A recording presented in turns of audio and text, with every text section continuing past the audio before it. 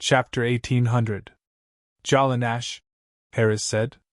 Kill him without him saying anything. Just leave his head intact. Modric was so scared that he broke out in cold sweat.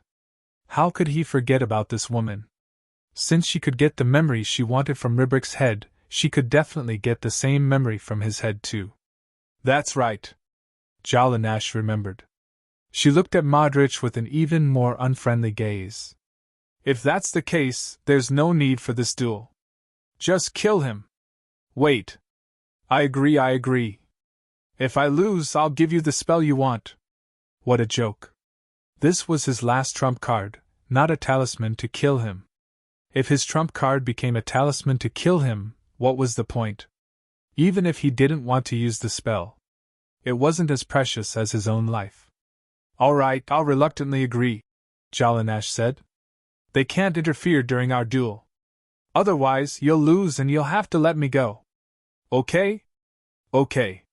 Wes didn't care. He knew what Modric was thinking like the back of his hand.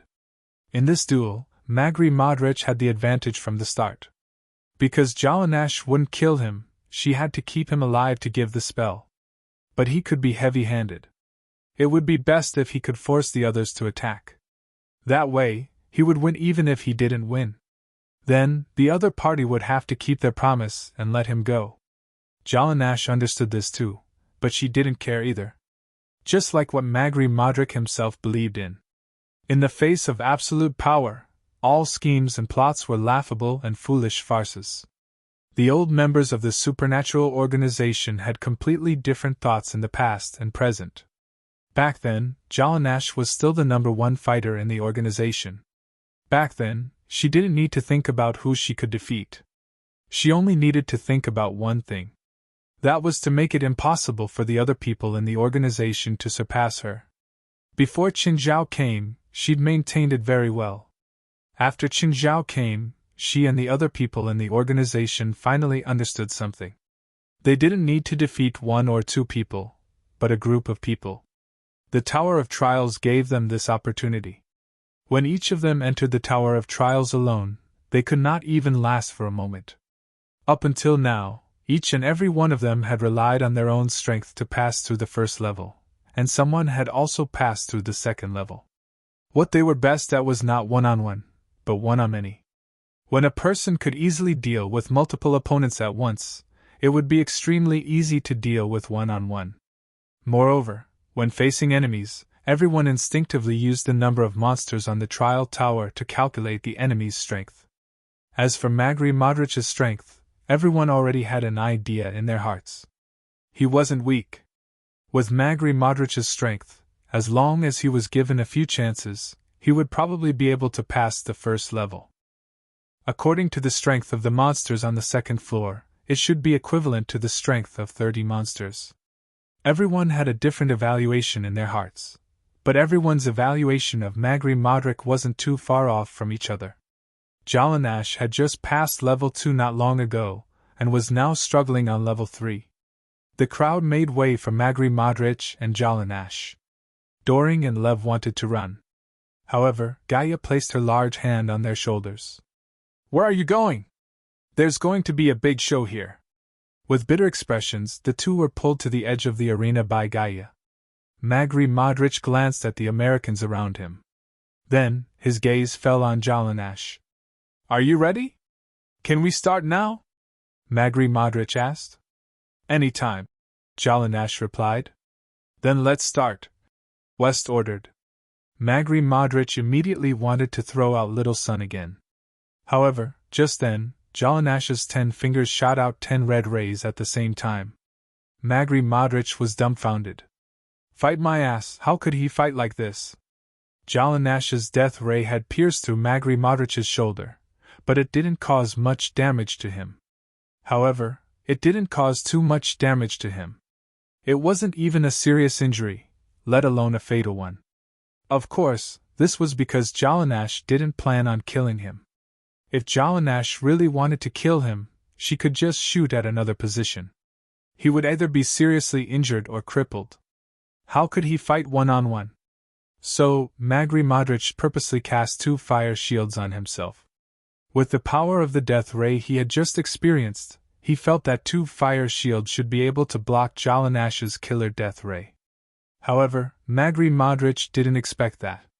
Jalanash's killer weapon wasn't the death ray, but the 10-finger volley. Magri Modric's 2 fire shields could block 1 death ray. But he wasn't naive enough to think that he could block Jalanash's volley at the same time. Jalanash's 10 fingers could probably turn him into a hornet's nest with just a sweep. I admit defeat. Magri Modric was very decisive. Without any hesitation. If he could fight and had a chance, Magri Modric definitely wouldn't admit defeat so easily. But it was precisely because he didn't have a chance that he didn't want to lose both in person and spirit. Being able to shoot the death ray with 10 fingers at the same time. This was enough to show how strong Jalanash's magic was. In addition, it was extremely fast and had great destructive power. So Magri Modric didn't think he had a chance to fight back. If Jalanash wanted to kill him, he wouldn't even have a chance to fight back. Maybe the difference in power between them wasn't that big. But the magic they had decided the outcome of this duel. Magri Modric also had instantaneous magic. But it wasn't powerful enough to hurt Jalanash. And Jalanash's death ray wasn't just fast, it also had shocking penetrative power. He believed that Jalanash wouldn't really kill him. But if they really fought and Jalanash missed and hit a vital spot, it would be very fatal. Rather than admit defeat after being trampled on, it was better to save his last bit of face. The magic is in my phone. I'll send it to you. Magri Modric was very trustworthy. To put it bluntly, he just hoped that Jalanash would leave him a way out for this reason. Okay, leave the thing and you can go. Jalanash didn't want to make things difficult for him. After all, they didn't have a deep hatred, and she got what she needed. But this guy has to stay. Jalanash pointed at Delin. Chapter 1801. Delin was so scared that he peed his pants. Sure enough, they were going to settle the score. Delin raised his head and looked at Gaia, who had her hand on his shoulder. His legs had already turned to jelly. Of course, Modric wouldn't care about Delin. He wasn't one of his people. And from their tone, they didn't seem to have any intention of making things difficult for Leviticus. He had no obligation to stand up for Delin. Plus, he hated Delin, who dragged him into the pit. Were these Americans really weaklings? Why the fuck did you find a bunch of weaklings like this in Europe? Forget about extortion, he had to save his life first. There was no need to talk about revenge or anything like that. He'd brought 80% of the Holy Fire Sect's combat power from the Norway branch. And they'd all died here. How could he talk about revenge now? He didn't have the ability to. Can you tell me who you are? Why? Do you want revenge? Wes smiled at Magri Modric. Modric shook his head and said calmly, I don't dare, but I want to get to know you. North America, Supernatural Organization. I hope we'll have a chance to work together in the future, Modric said indifferently. Modric wasn't saying it out of anger. He really had this thought. Of course, it was more likely that they wouldn't have any contact. There were so many organizations in the world. The Holy Fire Sect was only popular in Europe. Unless the Supernatural Organization's tentacles extended to Europe and they had a huge conflict. Otherwise, they wouldn't have any contact with each other. Modric had never thought of sending people to North America to seek revenge from the Supernatural Organization. What a joke. The Supernatural Organization had already shown such great power. If he wanted revenge, what price would he have to pay? And if he couldn't take revenge and anger them, then the Supernatural Organization might come to him. Modric couldn't say that he didn't hate them. But he was more concerned about whether it was worth it or not. And whether it was possible. The answer was obvious. While there was hatred between them, Modric didn't want to make enemies. You're so powerful. Why haven't I heard of you in North America? Modric could clearly feel that there were still a few people in their team who hadn't made a move yet. Those people were the strongest in their team. When we feel the need, our names will be heard all over the world, Wes said confidently. Then, will you participate in the Battle of Holy Glory? What Battle of Holy Glory? West was stunned. Everyone else, including Dylan and Lev, revealed looks of astonishment. You don't know? That's impossible. You guys are definitely qualified. We really don't know. Can you tell us about the Battle of Holy Glory? This year's Battle of the Holy Glory will be held in Istanbul. Istanbul used to be known by several names, such as Constantinople. It was once the capital of New Rome and later the capital of the Ottoman Empire. Of course, Istanbul was well documented in history textbooks. There were even more that were not recorded in history textbooks. For example, his status in the spiritual world. The Battle of the Holy Glorious Ones is actually a martial arts competition jointly organized by the 3 religions and 9 nations to select the Holy Glorious Ones for the next 10 years. 3 religions and 9 nations? Taoism, Buddhism, JD religion. The 9 nations are Japan, Russia, Norway, England, Austria, Vatican City, Turkey, India, and Egypt. There are 10 Holy Glorious Ones each year. The 3 religions and 9 nations will give out spots to individuals or organizations. Then they'll fight. The 10 winners will receive the glory of the Holy Glorious Ones. Magri Modric looked at everyone. This Battle of the Holy Glorious Ones can be said to be a secret. In fact, many organizations and individual spiritualists know about this event. Of course, it's called a secret because the majority of those who know about the Battle of the Holy Glorious Ones are the top organizations and forces, or the top lone wolves. Moreover, almost every time, only those organizations and individuals participate. Those organizations and individuals below the top have no way of knowing about this. Modric had thought that the supernatural organization would know about this. After all, they were so powerful. There was no reason they wouldn't know. But now, it seemed that they were a newly rising organization. It was normal that they didn't know. Plus, the 3 religions and 9 nations hadn't started giving out spots yet. Are there any benefits to getting the Holy Glorious Ones? Glory. Isn't that enough? The supernatural organization will become famous in the spiritual world because of this, Modric said. Glory? That's all? West lost interest at once. Hey Qinzhao, Zhang Tianyi said. There's an event in Istanbul next January. Does your supernatural organization want to participate? What event? Do I get paid? Qinzhao was lying in the sun.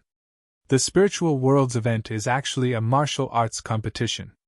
Are you sure you want me to participate? I'm not asking you to participate. It's your supernatural organization. I remember that you have many strong subordinates.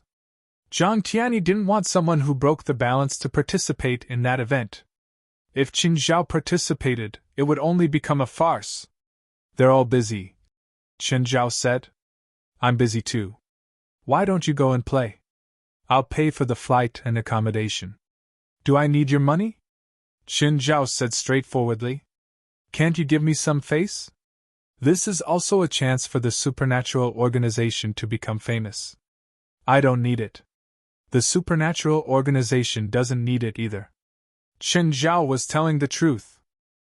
The supernatural organization wasn't famous now, but even so, they were still taken care of by the Anti-Terrorism Security Department. If he made a name for himself, then trouble would come one after another. If they were celebrities, the more famous, the better. Fame meant money. But in the spiritual world, fame often meant all kinds of trouble. For example, was Zhang Tianyi famous enough in the spiritual world? Right now, he was basically the top person in the world, the Tao Master, the uncrowned king, and so on.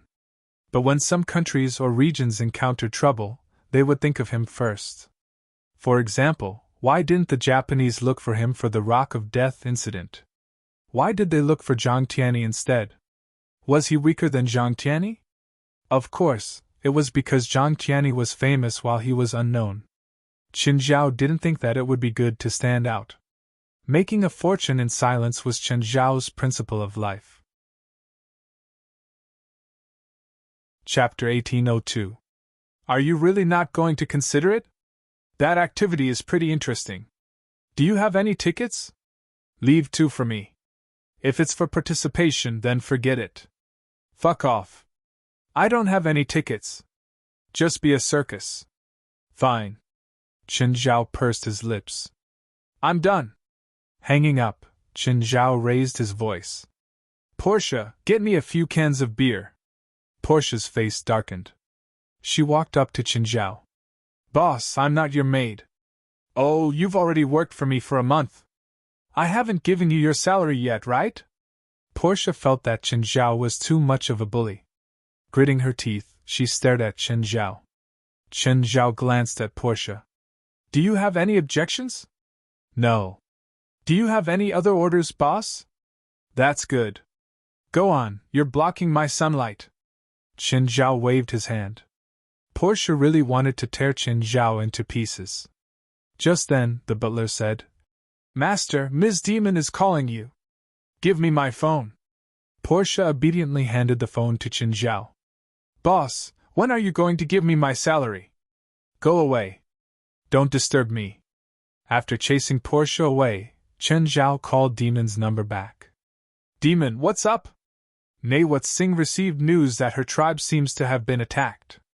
She's trying to get out of the hospital at all costs. Can you help protect her? Sure. Qin Zhao agreed decisively. I'm going to the hospital. Wait for me.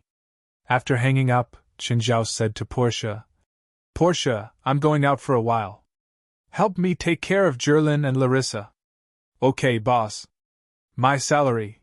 However, Qin Zhao didn't listen to Portia at all. He had already left. Qin Zhao rushed to the hospital. Demon was already helping Nawat Singh get out of the hospital. Nawat Singh's injuries were very serious. She couldn't even stand up. She had to sit in a wheelchair, which was why Demon had called Qin Zhao and asked him to protect her. Nawat Singh looked haggard, although his life was not in danger. But her body was too weak. Qin, you're here. Dalemore had finished the discharge procedures. Seeing Qin Zhao, she immediately went over to greet him. Qin Zhao nodded and turned to look at Nawats. Nawats, are you okay? Although Nawats was in a bad mood, she wouldn't vent her anger. Moreover, Qin Zhao was here to help her. It's all right, but I feel weak, Nawats said. I can't do anything about that, Qin Zhao said. You've used too much energy. You can only recover slowly. Nawats also understood her current state and nodded slightly. She used Qin Zhao's extraordinary power. She knew very well the price she had to pay for using that power. Normally, it wouldn't be surprising even if he had to pay with his life. Not to mention that he was only lying in bed for half a month. Do your people live in downtown Los Angeles? Notch shook her head. There are large settlements in the city, but my family's settlement is rather remote. It's in the San Antonio Mountain Forest. Okay, you lead the way. San Antonio Mountain was connected to the LA National Park. It was even larger than downtown Los Angeles, reaching 2,000 square kilometers. It was also very far. The car drove for 2 hours before reaching the entrance of San Antonio Mountain. After that, they couldn't use the car anymore. Nawats, how far is it? About 100 kilometers, Nawat Singh said. That far? Qin Zhao was surprised. How do your people go back to their families? Helicopter, Nawat Singh replied. Then I'll fly you in, Qin Zhao said. This was a mountain area. There were no people nearby. Plus, as long as they didn't fly too fast, no radar in space could find Qin Zhao. Dalemore, stay on my back.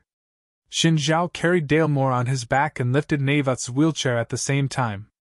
Then he soared into the air. Neither Dalemore nor Nawat Singh had ever enjoyed flying like this. Qin Zhao flew a bit too fast. The air whizzed and slapped their faces. Of course, with Qin Zhao's intentional protection, they didn't feel too uncomfortable. Plus, Qin Zhao wasn't very fast either. Dalemore was very envious. After all, he could fly in the sky without any aircraft. She probably didn't even dare to think about it. Qin, how strong do I have to be to fly like you? Don't think about it, Nawat said. That's almost impossible. But the truth is right in front of us. Qin can do it. How strong? Qin Zhao said. So I can't give you a standard answer. Actually, it wasn't that Qin Zhao couldn't give this number at all. According to the supernatural organization's Adu's mana value, he would need about 100,000 Adu's mana value. At least, Qin Zhao had his own small world at this stage. At that time, Qin Zhao already had the ability to fly. However, he could only fly freely after compressing his mana into immortal power. But after that, Qin Zhao could no longer calculate the magic value of the money with the equipment in the association. Qin Zhao didn't know what his current immortal power would be if it was converted into mana.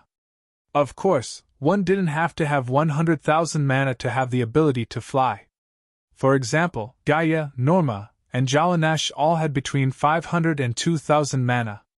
However, they could all fly because of their special characteristics. Gaia and Norma could purely because of their bloodline.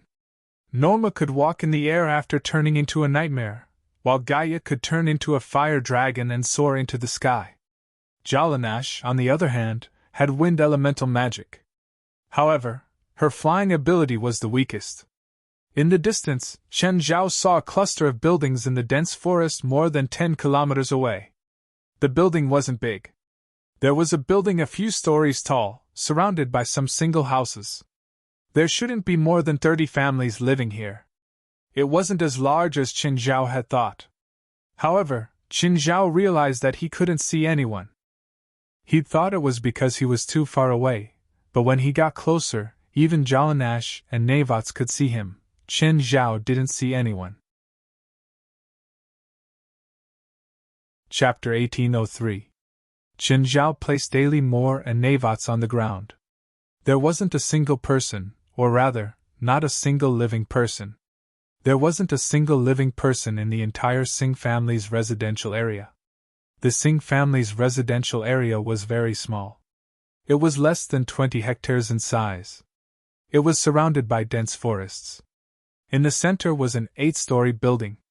There were some houses around it, but there were only about 30 households. Qin Zhao pushed Navat's wheelchair. Which way? Qin Zhao asked. Where are they? Where are they? How come there's no one? Navats was also terrified. The people living here were all her family. There weren't many of them, only about 30 households and less than 100 people. But every time she came back, she would see them. It was impossible not to see a single person. There's the smell of blood in the building, Qin Zhao said. Let's go in and take a look. Navat's body trembled. She realized that things weren't good. Qin Zhao patted Navat's singer's shoulder and pushed her inside. After entering the building, there were blood stains on the ground. Navat's expression worsened. She wanted to speak a few times, wanting to go somewhere else first. But just as the words were about to leave his mouth, he swallowed them back. She was afraid but also wanted to escape. Beside her, Daily Moore's expression was also bad. Just then, there was a knocking sound from the ground. The sound came from afar, but no one was coming. The sound seems to be coming from underground, Qin Zhao said. Is there a secret passage here? I don't know. Navats shook her head. She indeed didn't know there was a secret passage here. Qin Zhao was also surprised. He didn't know what the ground was made of. His little world couldn't even sense the ground. Knock, knock, the sound traveled to the tiles in front. Then there were continuous knocking sounds. Knock, knock, knock, the knocking sounds were disjointed and muffled. This time, it was more hurried and crisp. It seemed like someone was looking for a weak spot and then pounding on the tiles. Navats and Daily Moore were surprised, but they weren't afraid. Qin Zhao was here. There was nothing to be afraid of. Navats had experienced Qin Zhao's power before. She turned around and asked, What's down there? I don't know. I can't sense it. Qin Zhao thought for a moment and didn't say anything else. Did you find out soon after you lifted the floor tiles? Qin Zhao went up and crushed the floor tiles. Wow! A child's cry of surprise came from below. Qin Zhao looked down and saw a few kids. When the kids saw Chen Zhao, they immediately turned around and ran back into the tunnel. It's Xian Li. She recognized one of the voices. Xian Li, I think it's Xian Li. The children hiding in the underground tunnel heard Navat Singh's voice. One of the girls, who was about 15 or 16 years old, carefully poked her head out. Sister Navats! Shinli Singh was surprised and overjoyed. She immediately came out of the tunnel. Come out, it's not the bad guy. It's Sister Knots. 7 or 8 children emerged from the tunnel. They were all younger than Xian Li, ranging from 6 to 12 years old. Sister Knots, what's wrong? I'm fine. Why are you hiding down there? What happened? Mom and Dad gathered us here this morning, Shinli Singh said. Then they hid us down here. Navat's heart sank.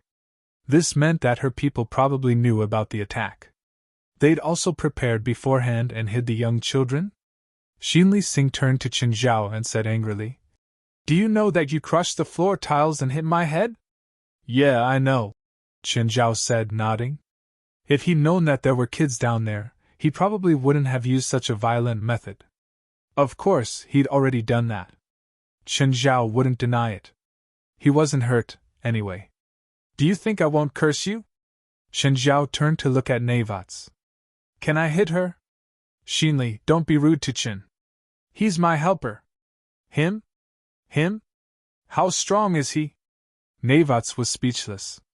No matter how strong he is, he's definitely stronger than you.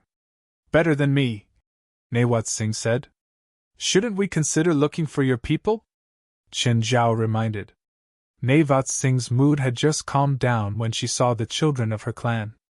Now, she became serious again and nodded. Sister Nawats, I'll push you. The other children followed around. Chen Zhao walked in front. These children seem to be awakened bloodlines or witches, Dailymore said. That's not strange. This should be a special residential area that only accepts spiritualists, Chen Zhao said. Spells that aren't convenient to use in the outside world can be used here without any restrictions. Ding, the elevator came down and the group entered. Which floor? Chen Zhao asked. 8th floor, Shinli Singh answered first. The elevator reached the 8th floor. As soon as they got out, all the children screamed. Bodies. Dozens of bodies. Most of the corpses were the children's relatives.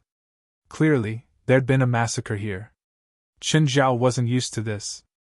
They were spiritualists, but they were actually commoners. Their bodies were piled together. There was a blood-smeared magic array in the middle. Navats covered her mouth. She couldn't hold back her tears anymore. Dalamore's face was also filled with shock. It was also her first time seeing such a bloody scene. Shinli Singh had already charged forward. She dragged a corpse from the pile of corpses and cried out, Daddy! But just then, large amounts of blood suddenly gushed out of the pile. The blood flowed into the magic array in an arc. A blood-colored demon popped its head out of the array. Chen Zhao went up and stepped on the demon's head before it could completely show itself. Go back. Do you know who I am? Your head didn't shatter? Chen Zhao didn't care who it was. He attached himself and punched the demon's head. Bang! The demon's head was smashed. But the magic array didn't stop. It still summoned the headless demon. This wasn't the end. A second demon popped out, then a third, a fourth. More and more demons were summoned.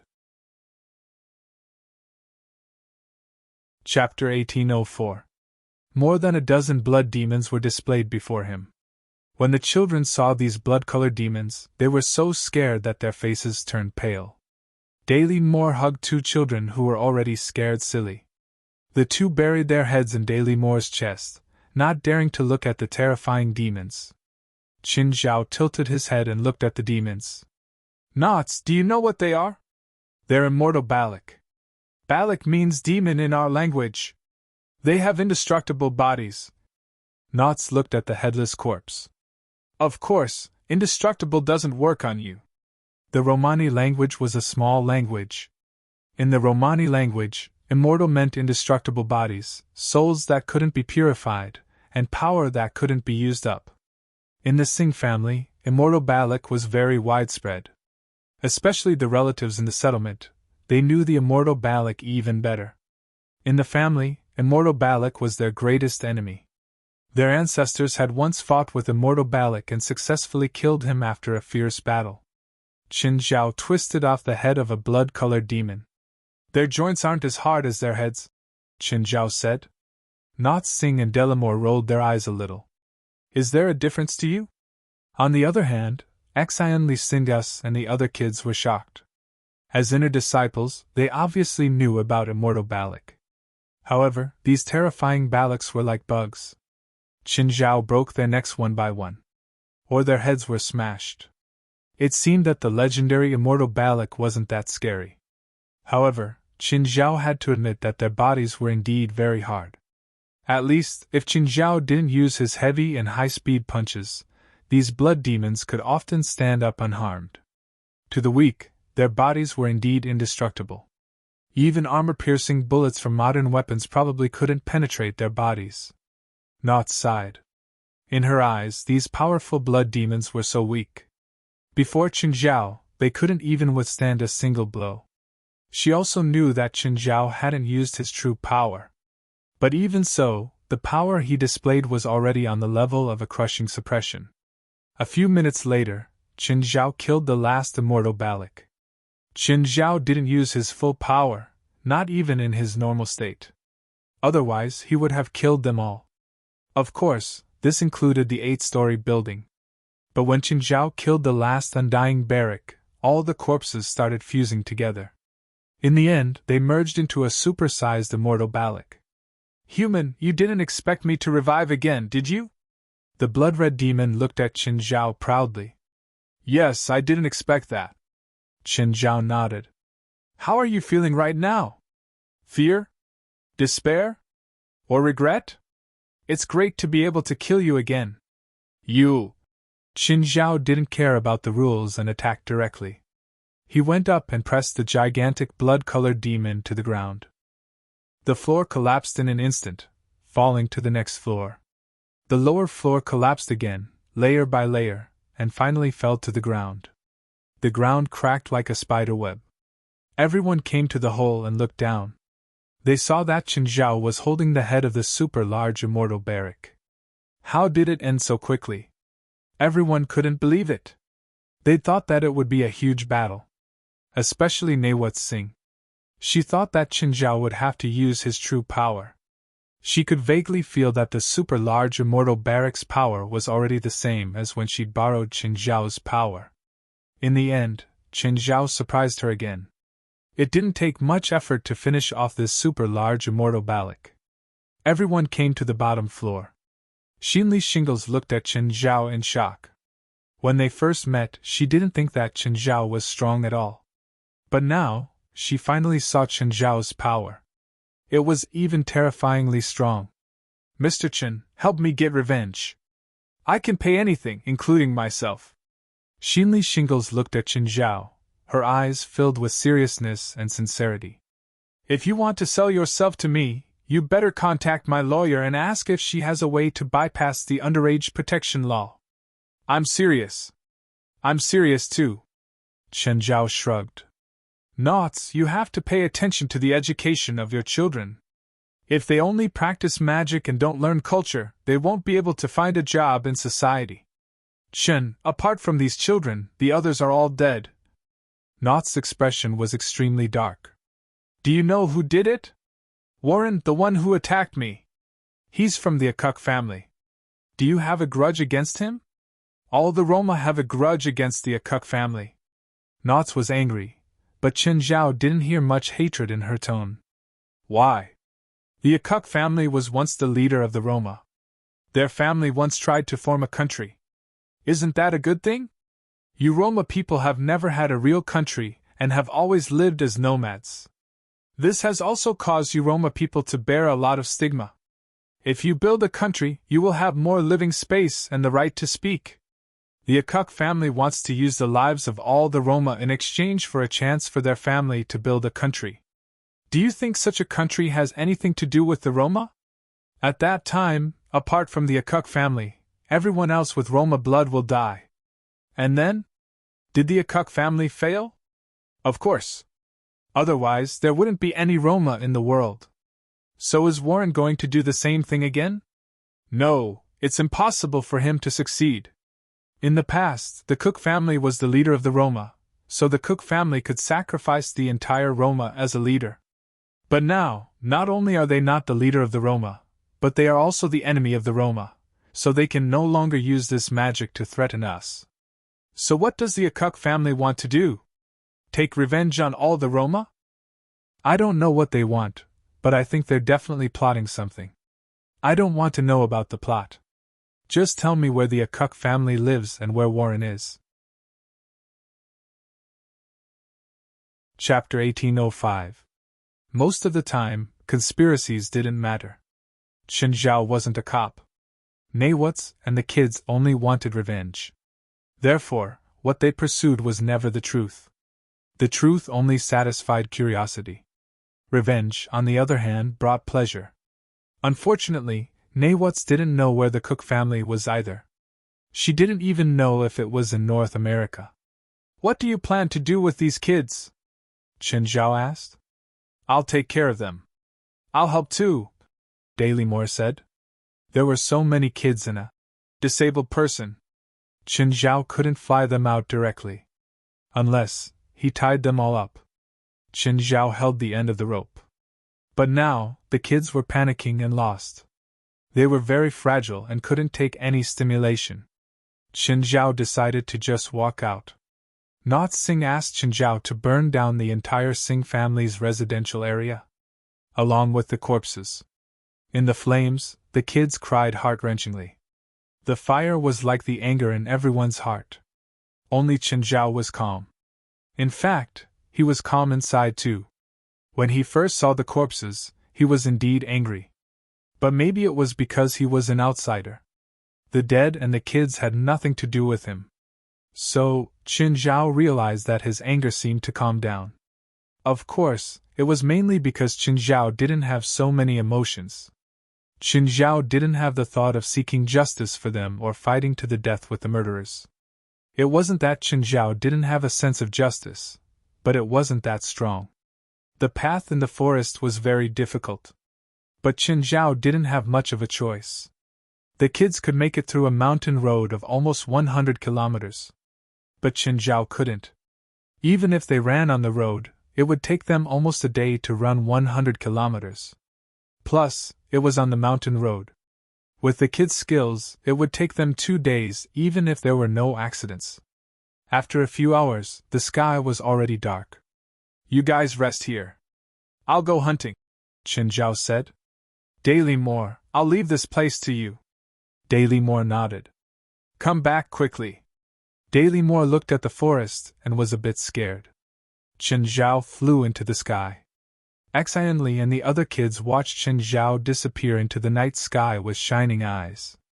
They were all children who had been exposed to magic, although the duration of exposure was different.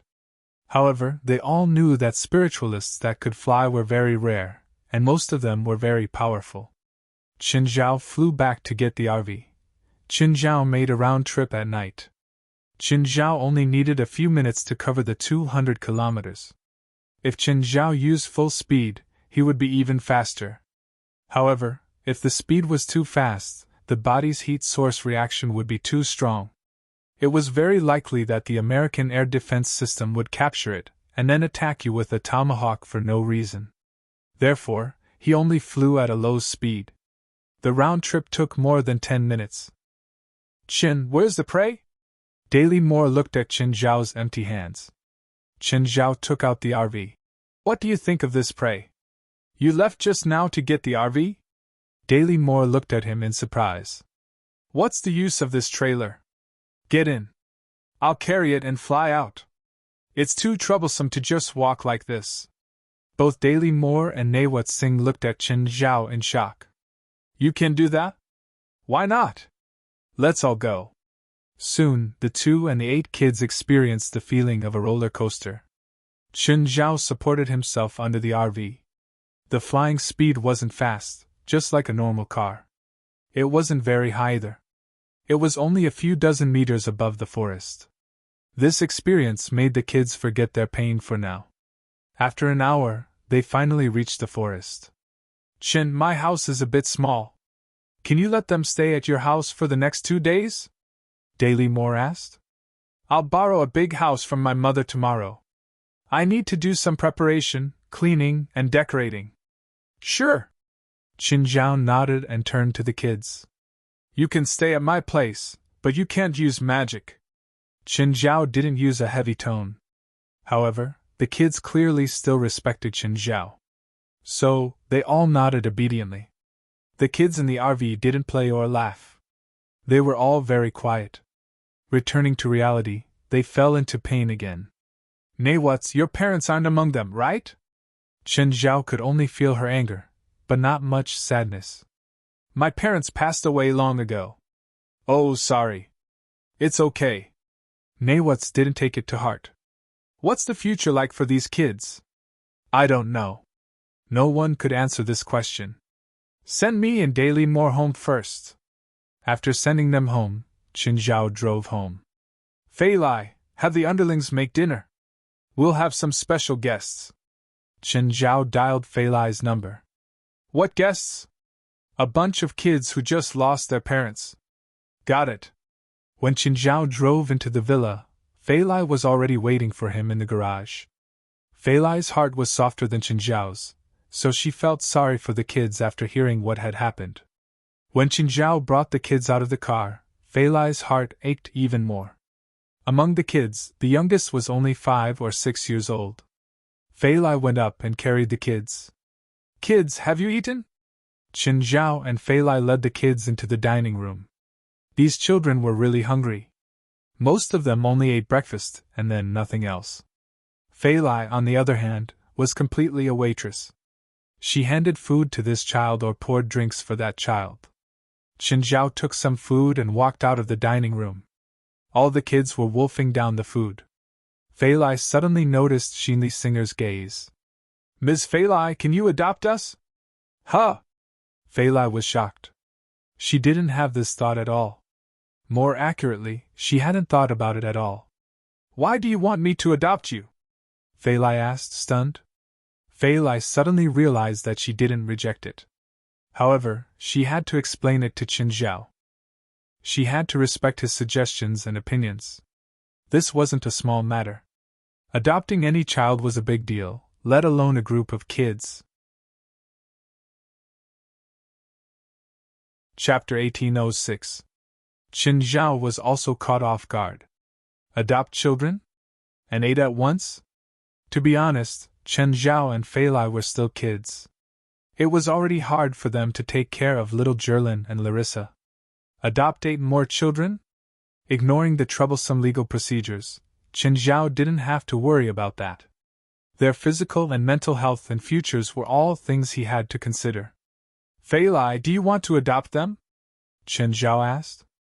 I don't know. When Fei Lai said this, it meant that she was tempted.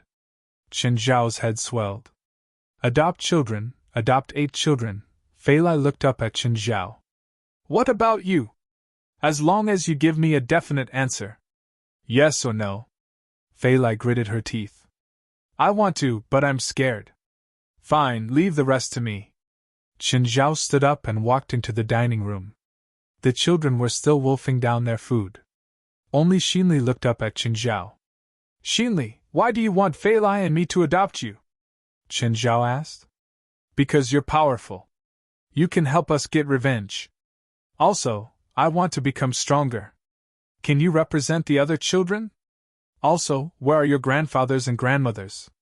Qin Zhao looked at Xinli Sing. If they want to adopt you, I won't be able to legally do so. We don't have any blood relatives within 3 generations. Xinli looked at Qin Zhao calmly. So, as long as you're willing, no one will fight with you. They're like me. They don't have a choice. I need to discuss this with Knots. At the end of the day, they were Knots' relatives, not Qin Zhao's. Moreover, even if Qin Zhao adopted them, it wouldn't be for revenge. It wasn't for revenge, nor was it to train them into killers. Qin Zhao had never thought about adopting them either. Of course, he didn't reject it either. Qin Zhao was someone who didn't have great kindness or evil thoughts.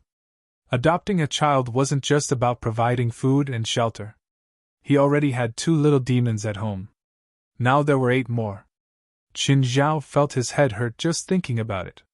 Sister Knots can't teach me magic. I can't teach them either, Qin Zhao said. You must have a way to make people stronger, Qin Li Sing said with certainty. Stay here for now. I'll think about your idea. Qin Zhao didn't say anything definite. This wasn't something he and Fei Lai could decide.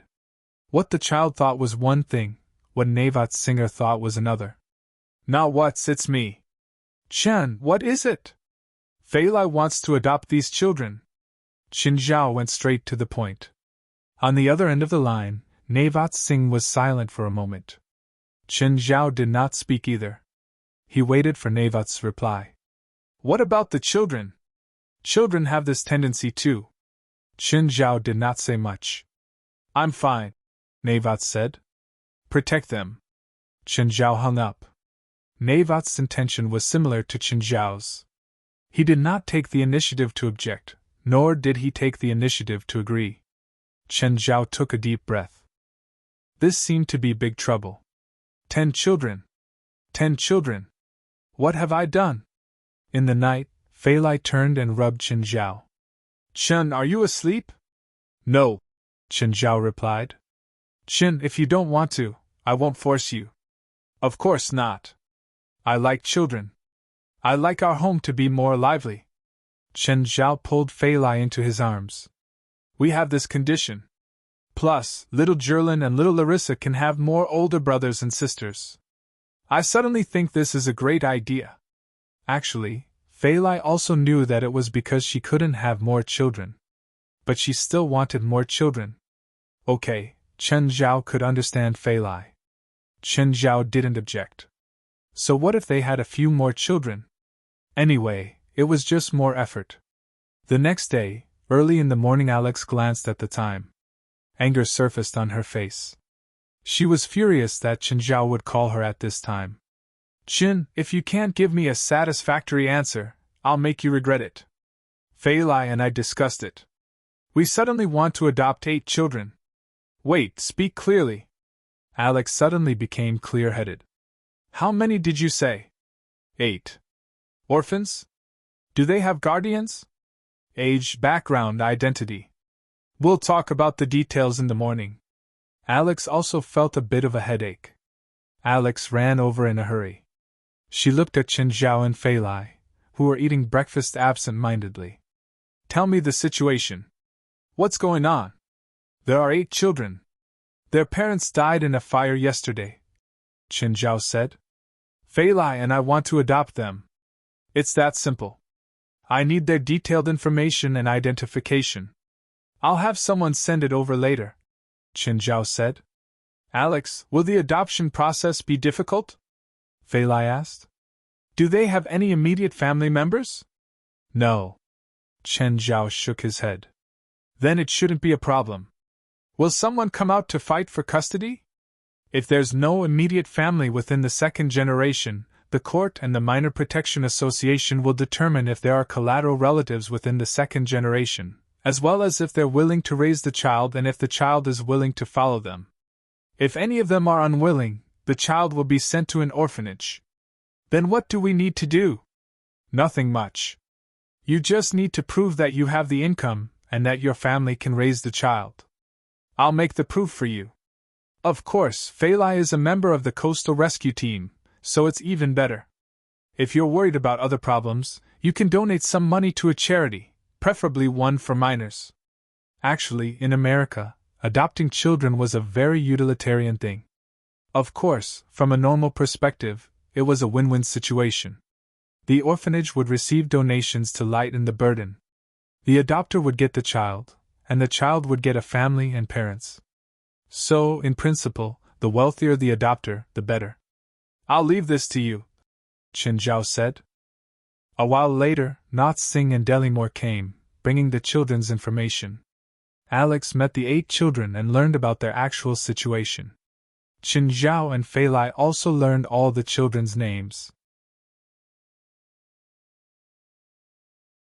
Chapter 1807. President, we'll go back tomorrow. West called Qin Zhao. Looks like you didn't find the giant, Qin Zhao said in a mocking tone. If they found the giant, they would definitely send him a message. If they were to come back so suddenly, they must have failed. Of course, Qin Zhao didn't blame them. No one could be 100% sure that they would be able to find the legendary Nordic giants. West's reply was rather boring. President, we actually found the giant and completed the mission. Found it? And completed the mission? Qin Zhao asked in disbelief, his eyes wide. Yes, we found it. West was getting more and more bored. Since you found it, why are you in such a bad mood? You don't seem happy at all. You don't even seem excited. I can't be excited, West said. West said, this mission isn't difficult at all. It's much easier than besieging the Turin. Are the legendary Norse giants weak?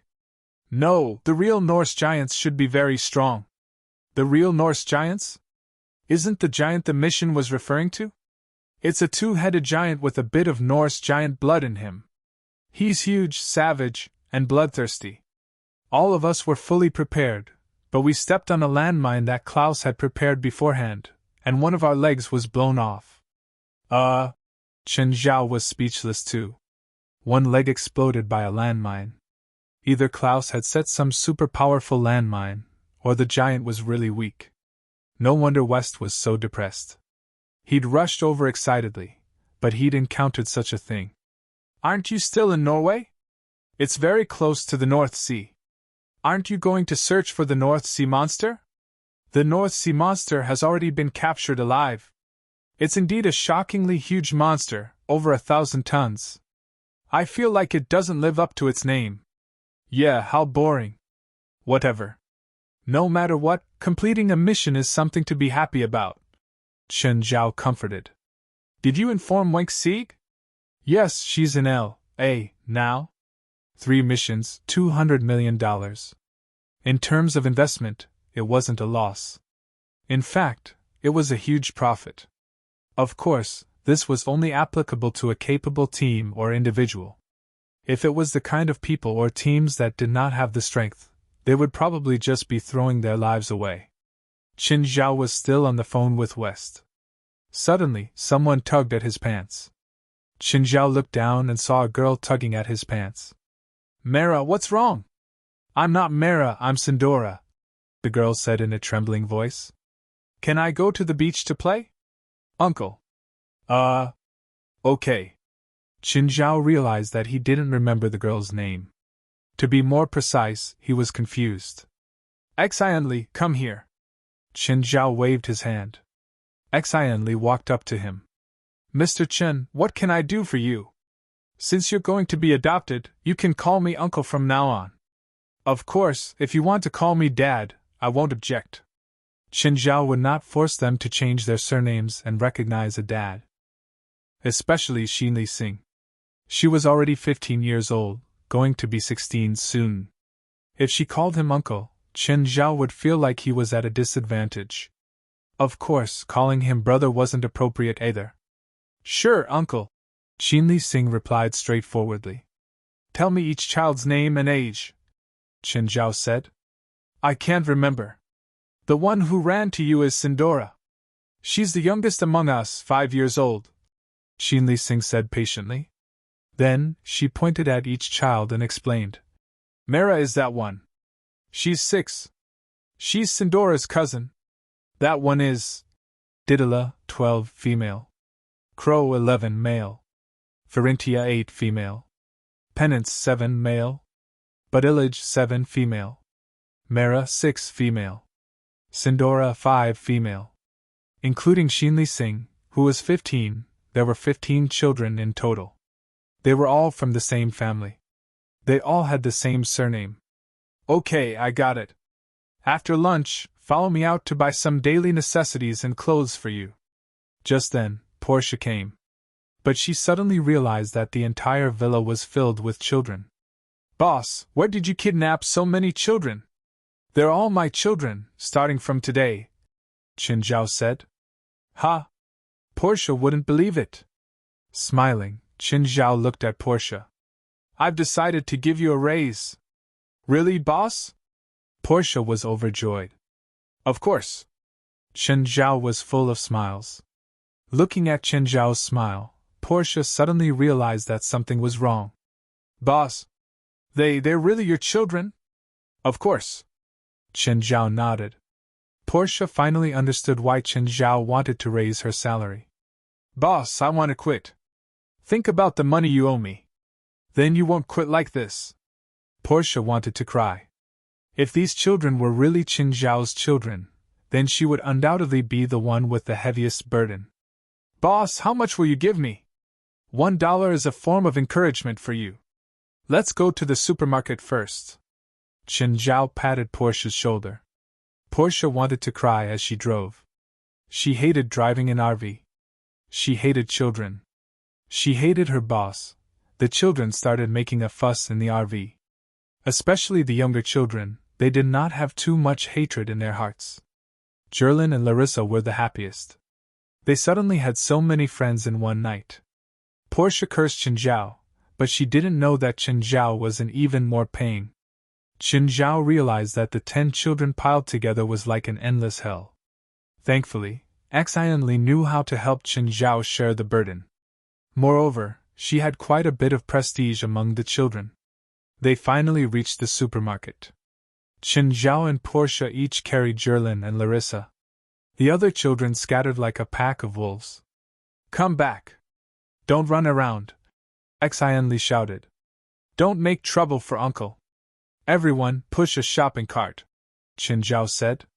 Pick your favorite toothbrush, towel, bath towel, 2 of your favorite toys, 2 of your favorite snacks, and 3 sets of pajamas. Also, don't disappear from my sight or run around, Qin Zhao added. Chapter 1808. Children entering a supermarket is a disaster. Not only was it a disaster for his parents, it was also a disaster for the supermarket. The only thing missing from every supermarket was a sign at the entrance that said children and dogs were not allowed to enter. 10 children was almost equivalent to the end of the world. Alright, Xian Li was only half one. However, older children had their own needs.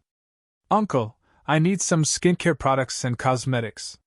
The total can't exceed $1,000, Qin Zhao said. Since there were so many children, they couldn't indulge everyone. Qin Zhao was rich, but that didn't mean he could let his kids squander it. Qin Zhao could afford it, but he couldn't let them develop this habit. Since he had adopted them, he had to be responsible for their future. Even in the future, they would have a share of his assets. What Qin Zhao needed to do first was not feed their property to the dogs. If they really raised a prodigal, Qin Zhao would at most make sure they didn't starve to death. From now on, Qin Zhao had to control their spending. Not only them, but little Jerlin and little Larissa's spending also needed to be controlled. Of course, even if it was controlled, their consumption was still much higher than that of their peers from ordinary families. Portia, go to the counter over there and buy 10 cell phones. 10? Does little Larissa want one too? Yes, treat everyone equally. Adopt a child who is not related to you by blood. What was the most difficult part? It was to treat them equally.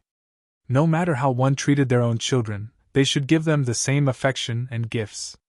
You can't just say that you don't want to buy gifts for your children. Conversely, a child's mentality is very fragile. Qin Zhao didn't want to leave a shadow in the child's mind. Of course, adopting other children would also be beneficial to little Jerlin and little Larissa. They had role models, and their brothers and sisters were their role models. After leaving the supermarket, Qin Zhao could only take the things that everyone else had bought in the supermarket. Even Portia couldn't carry them all.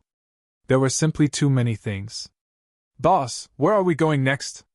To the Baron's mansion. The whole family went to the Baron's mansion in a grandiose manner. When Zola saw that Qin Zhao had brought so many kids here, she felt a chill run down her spine. Similarly, he was startled. Zola, these are my children. I adopted them.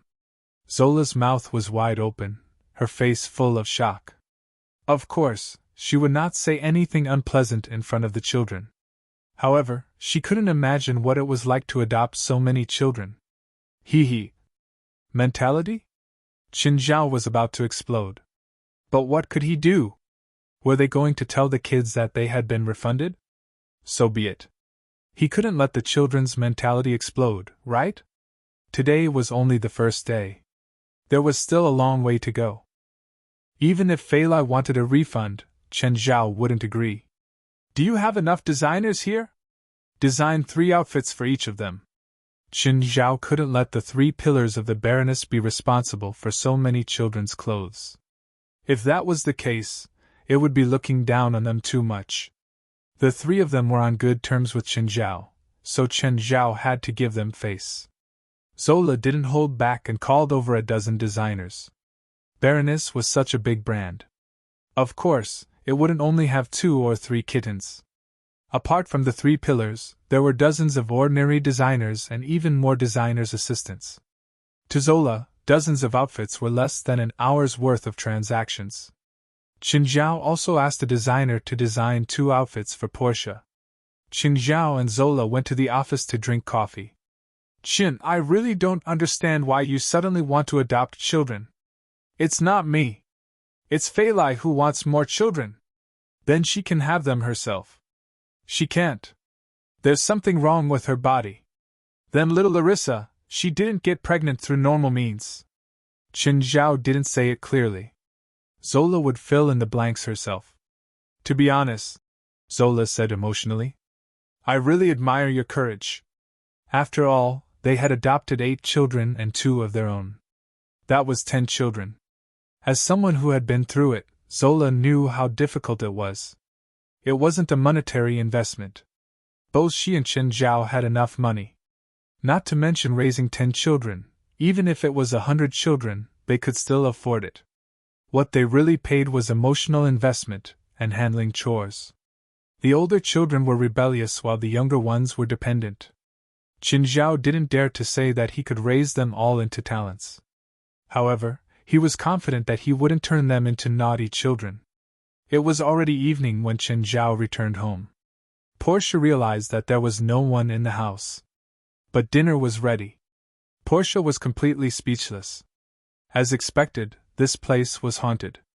Fei Lai started eating as soon as she came back. A few girls surrounded Fei Lai and chatted with her. Qin Zhao brought the boy to play on the beach. Other than Qin Zhao, there were only 11-year-old Kilo and 7-year-old Binance in the house. Kilo was a bit cowardly and introverted. Binance was like a kid and was very active. Kilo, what element are you in? Uncle, I'm strength enhancing, Kilo answered with his head lowered. Qin Zhao was speechless at Kilo's magic. Usually, spiritualists with strength enhancing spells were very outgoing. Even Qin Zhao, who was usually cheerful, was actually a hot-tempered person. However, Kilo was actually a strength-enhancing element despite his introverted personality. Uncle, I'm elemental water type. Look at my magic! Binance showed Qin Zhao happily. Binance only knew 2 very weak water-type spells. One was Water Ball, and the other was Water Arrow. Impressive. Qin Zhao patted Binance's head. Kilo hesitated for a while and looked up at Qin Zhao. Uncle, you're also strength-enhancing, right? Yes. Qin Zhao nodded. Then can you teach me how to become stronger? Training your body is the most important thing for you. If you want to use your power to the extreme, you must first be able to withstand it. If you can't even withstand your own power, it's useless no matter how strong your magic is. Then how can I become as strong as you, Uncle? Both being strength-enhancing, the battle yesterday had left a deep impression on Kilo. He never knew that strength-enhancing spells could be so powerful. Just like I said before, keep training. I'll arrange a training schedule for you tomorrow. Perfect. I'll introduce you to a friend. King Kong, come out! /35_ 9 Heavens Divine King. Chapter 1809. King Kong usually went crazy in Zhuema National Park. He rarely came back today. The new kids hadn't even seen King Kong yet. Of course, it wasn't just King Kong. They were a family now. Then from now on, he would meet them one after another. For example, the underlings, the three-headed dog, the Hydra, and even Amon. When Kilo and Penance saw King Kong, they were shocked at first. At first, he was shocked, but it quickly turned into a pleasant surprise. He was a child to begin with, and he was also a spiritualist. They were much braver than normal people. This gorilla is also a strength type, Qin Zhao said. You can practice with him. Kilo was still a kid, but if he used magic, his strength would increase to 3 times that of a normal person. So, he wasn't afraid of King Kong at all. He was even eager to try. He wanted to see how strong the gorilla was. However, he was introverted and didn't dare to tell Qin Zhao. King Kong, let little Kilo try. Qin Zhao only let Kilo try. He didn't let King Kong punch. How strong was King Kong? 30 to 40 tons of strength. If he didn't control his strength, Kilo would be gone. Kilo would be gone. As someone who'd been through this, Qin Zhao knew what 30 to 40 tons of strength meant. A human's body structure was stable and could withstand a lot of potential energy. It was about 4 times their body weight. But once the potential energy exceeded 4 times, the human body would be injured. If it exceeded 10 times, the human body would fall apart. If it exceeded 100 times, it would explode.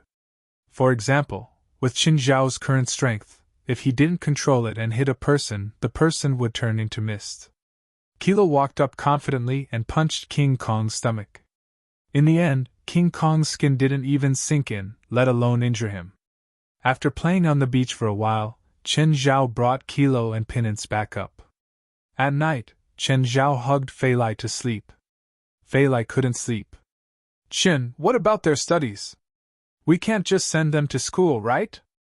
Let them take a semester off, Qin Zhao said. Next semester, send them to school in Mountain Town.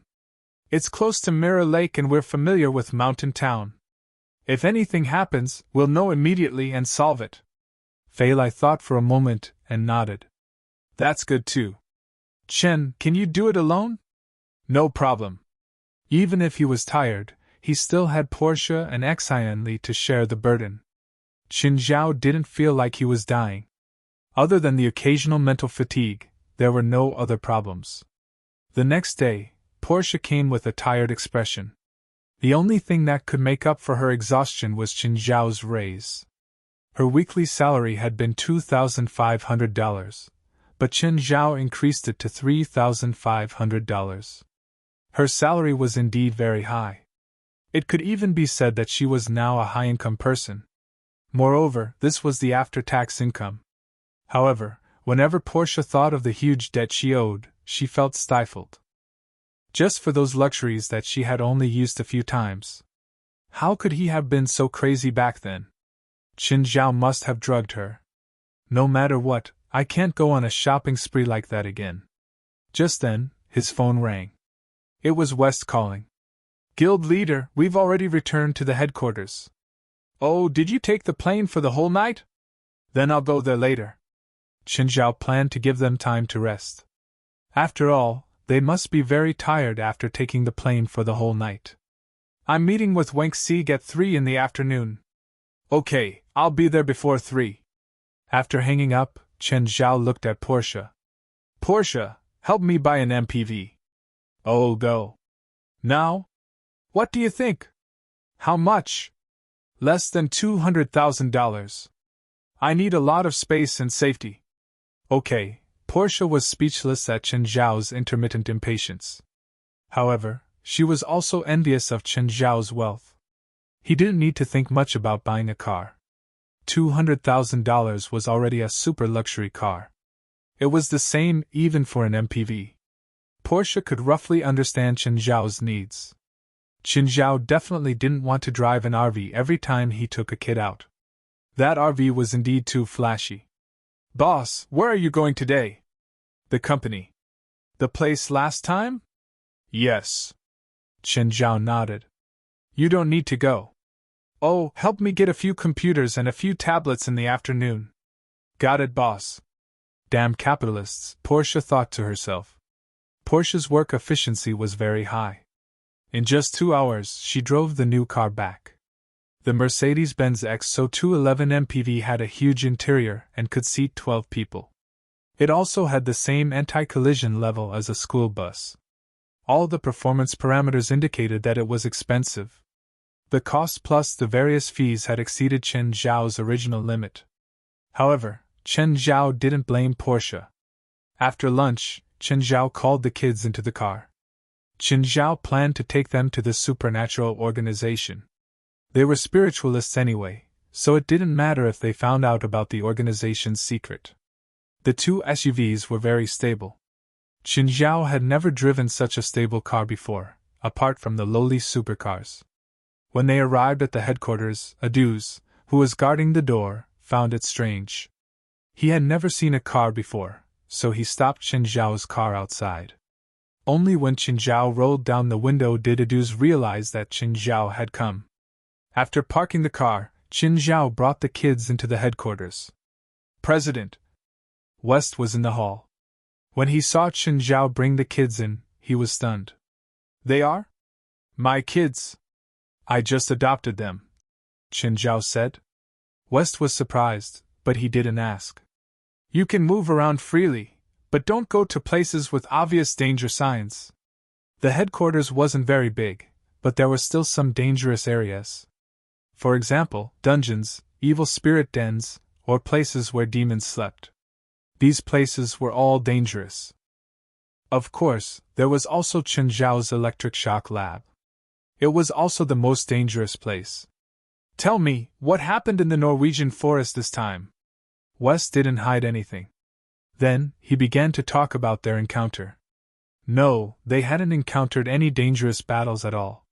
When Chen Zhao heard that the giants would appear in lightning, he couldn't help but be surprised.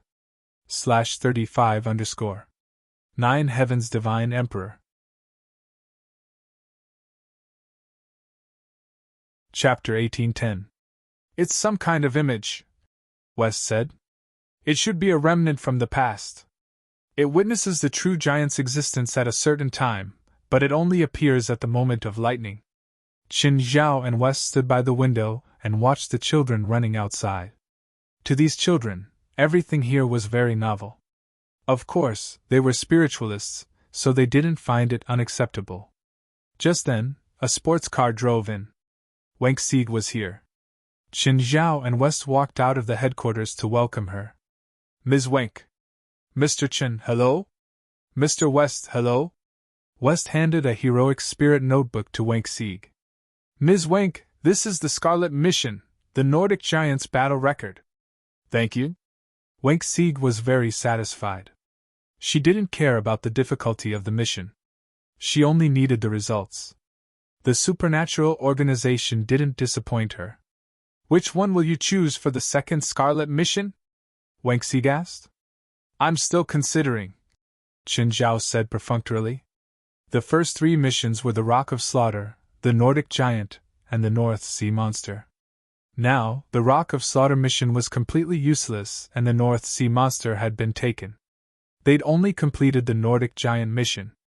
So, they had to choose the remaining 2 missions again. But to Wenk Sieg, completing 1 Scarlet mission in 2 months was already very satisfying. She could answer to the Hunters Guild. At the same time, her teacher would have an explanation. Of course, this also made her more confident in the supernatural organization. By the way, does the Hunters Guild accept intelligence missions? Chen Zhao asked. Intelligence? We don't accept such missions, but I can ask someone for you, Wenk Sieg said readily. As an organization that had existed for 200 or 300 years, they obviously had their own intelligence network. It wasn't just limited to North America, but the entire world. This was something the supernatural organization couldn't even catch up to. The supernatural organization was very powerful. But like most supernatural organizations, they rose quickly, but it was hard to say if they could last for 2 generations. Building a complete intelligence organization wasn't something the supernatural organization could afford right now. Most of the information that the supernatural organization could get now was from Los Angeles. The ability to obtain information beyond this range was very weak. The information he had was obtained from other people or organizations. Otherwise, they would have to spend money to buy it. Basically, they could only get second-hand or even third-hand information. Of course, in most cases, these sources of information were basically enough. After all, the supernatural organization was a regional organization. Nor did he have any thoughts of maintaining world peace. Furthermore, the investment required to establish a complete intelligence department was simply too great. This wasn't something that could be done with a few $100,000 or even a few $1 million. Think about it.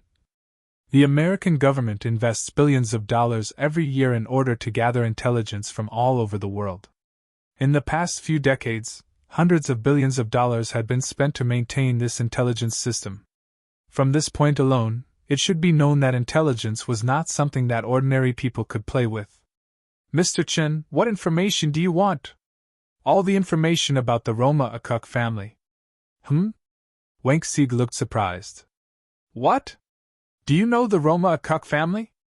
How could I not know? Wang Xig smiled bitterly.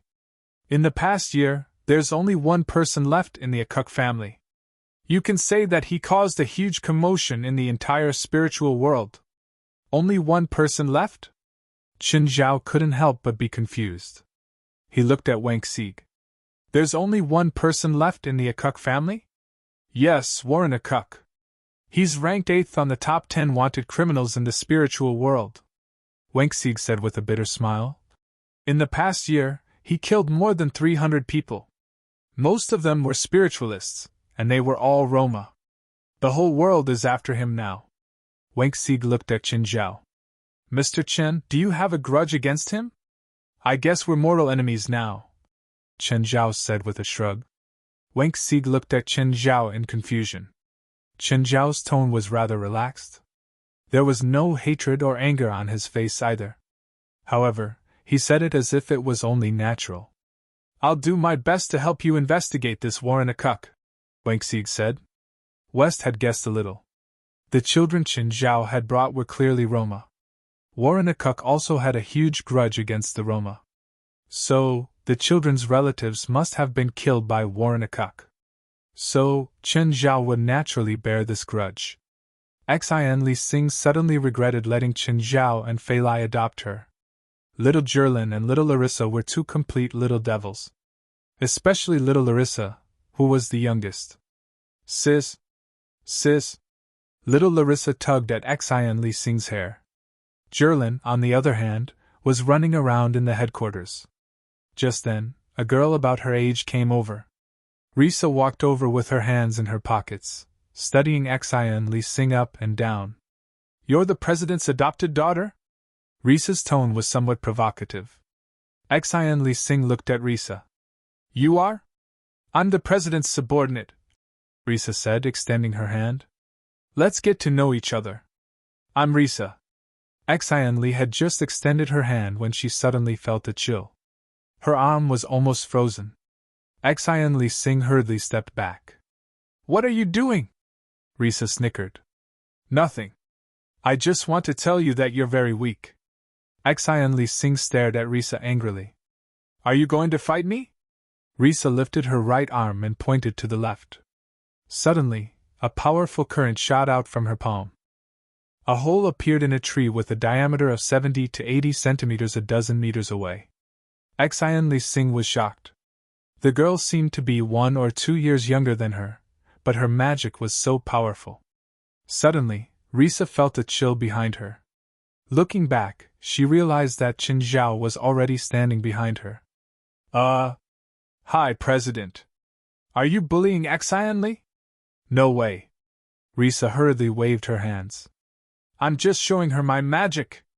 Qin Zhao looked up at Xin Li Sing. Xin Li hesitated for a moment, and then shook her head. No, she didn't bully me. She was a proud person. She didn't need someone to back her up right now. /35_. divine emperor of the 9 heavens. Chapter 1811. On a small island in the Atlantic Ocean. The people of this island lived a secluded life. But now, this island was engulfed in flames under the night sky. Death spread amidst the blood and flames. The Edith residential district had completely fallen.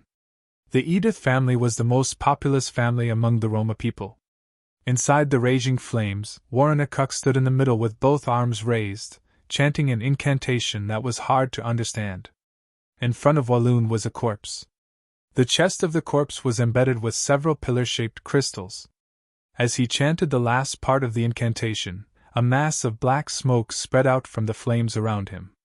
Then, the black smoke surged into the corpse in front of Warren. The crystals on the corpse's chest became darker and darker, finally turning completely black. Southern Pillar King, welcome back to the world. The corpse moved a bit, the fatal wounds on its body also quickly healed. He stood up. Warren knelt on one knee. Southern Pillar King, sir, I am Warren Akuk, your humble servant. The Southern Pillar King was admiring his own body, ignoring Warren's actions. Akuk? You are the descendant of the Middle King?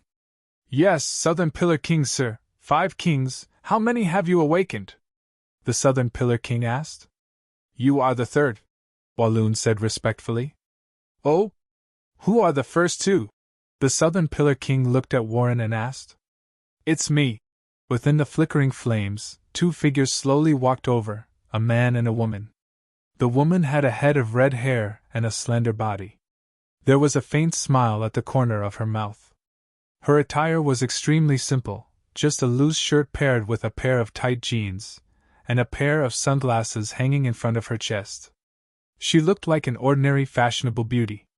The other person had his hands behind his back, looking rather old with a head full of silver hair. He was half a body length shorter than the woman next to him. His gaze was dim and lifeless, as if he was an old man with one foot in the grave. Sean! Bion! The Southern Pillar King's eyes glowed. The red-haired woman was the Eastern Endless Pillar King, Sean. The other old man was the Northern Shadow Pillar King, Bion. Zoran, I trust you have been well since we last met. Sean's face was as beautiful as a peach blossom. Byron nodded slightly towards Zoran and greeted him coldly.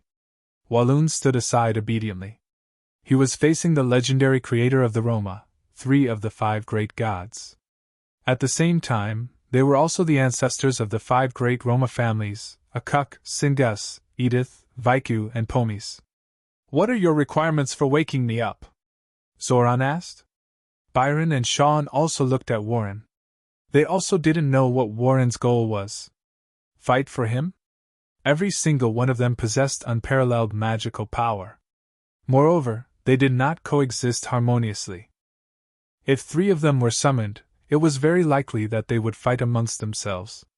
Instead, its functions were weakened. Walloon lowered his head humbly and looked at the 3D Pillar King calmly. 3 Pillar Kings, the current Roma people have already forgotten their traditions, your greatness, and our glory. Therefore, this lowly servant has no other requirements. Please restore the glory of the Roma people, Walloon said respectfully. I don't know what tradition or glory. Just tell me your requirements. Power? Wealth? Or women? Please awaken our king, the great Pillar King Quemilas, Walloon said. Do you know what needs to be done to awaken the great Pillar King Quemilas? Zoran looked at Walloon with a serious expression. Yes, I do. Walloon nodded. Warren nodded. We need the 4 Pillar Monarchs to appear. At the same time, we need the 4 of you to work together. Without your cooperation, we won't be able to awaken the great Pillar Monarch, His Majesty Quemilas. At the same time, I need a vessel. Sean stared at Walloon. Has your Akuk family's vessel been prepared? Yes, I am that vessel. Warren opened his shirt, and the 3 Pillar Kings saw that Warren's chest was pierced by a few crystals. The 3 Pillar Kings frowned. Sean said, You should know that as a vessel, your consciousness will be erased. Are you sure you want to do this? I'm the only one left in the Akuk family, and for the sake of my family's unfulfilled wish, I have no regrets, All right, you are our awakener. We will fulfill one of your wishes before the vessel is destroyed. This is a fair trade. We have no other choice, Zoran said. However, you still have to awaken the Western Pillar King, Erewhon. I've already made the preparations. I've also scouted out the Vrykle family's residential area. Zoran looked around. He was currently in a strange mood. Because the Edith family was his kin, his descendants. But now, they had to die to awaken him. But he was awakened by the slayer of his kin. But even he couldn't go against Walloon who awakened him. Walloon could ask him to do anything at all. Of course, there was only one thing. The Romani people were all about fair trade. Even he couldn't go against the principle of trade. If there was anyone who could go against the principle of trade, it would be the great Pillar King Quemelas. Because he was the one who made the rules of trade. The great Pillar King Quemelas was also their master. The 4 Pillar Kings were Quemelas' 4 vice-kings. According to the legends, they created the world and were the creators of the world. In reality, they didn't create anything. They weren't even the first generation of Roma people. However, there were no more Roma who were stronger than them before or after them. They used their power to rule over the Roma people and each created 5 major Roma clans, all of which survive to this day.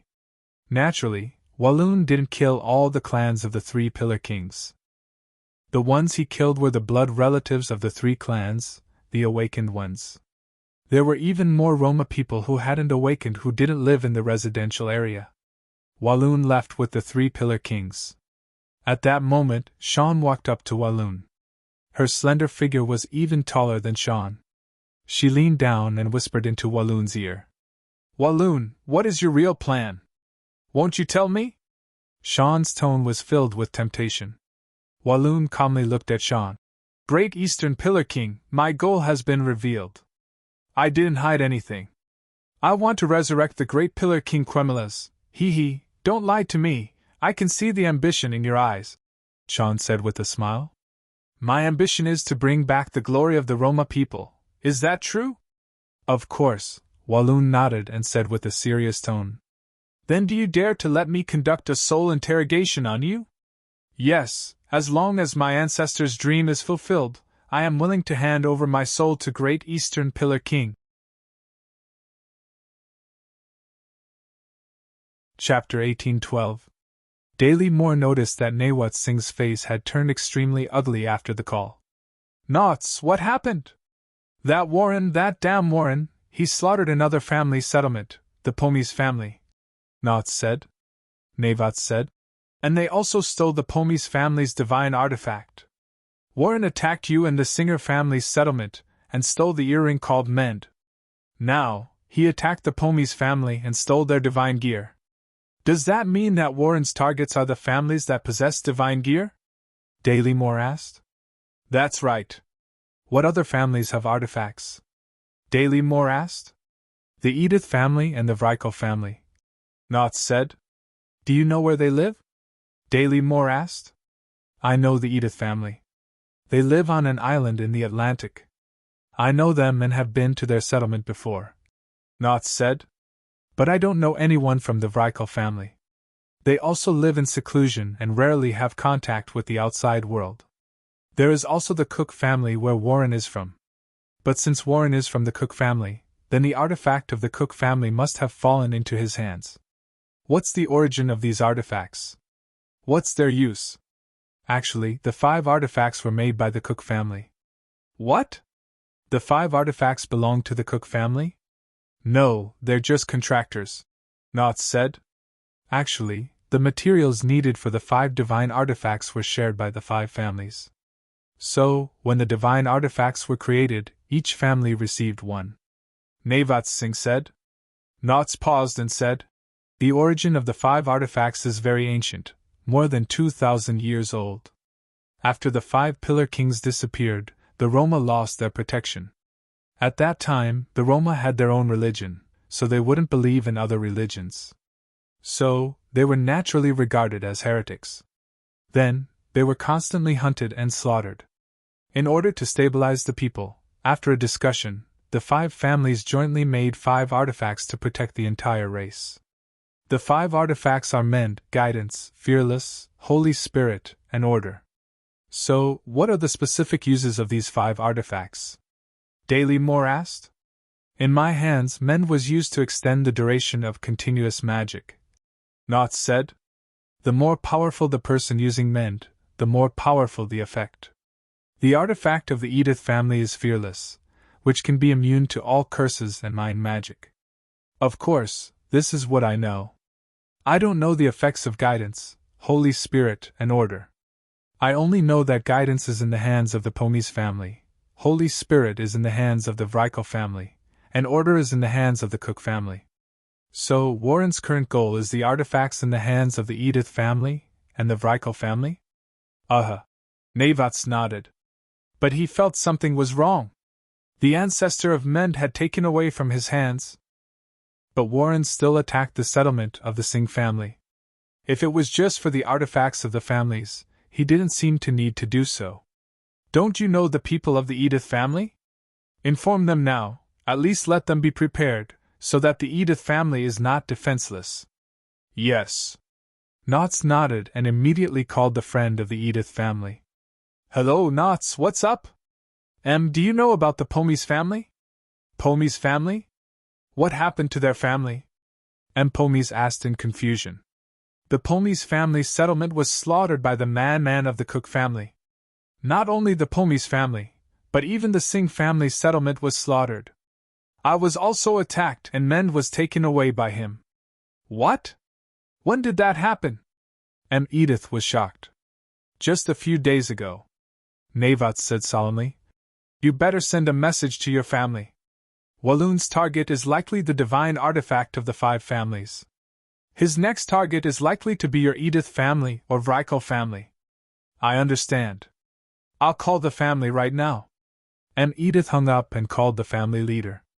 But after waiting for a long time, the call didn't go through. The phone kept dialing.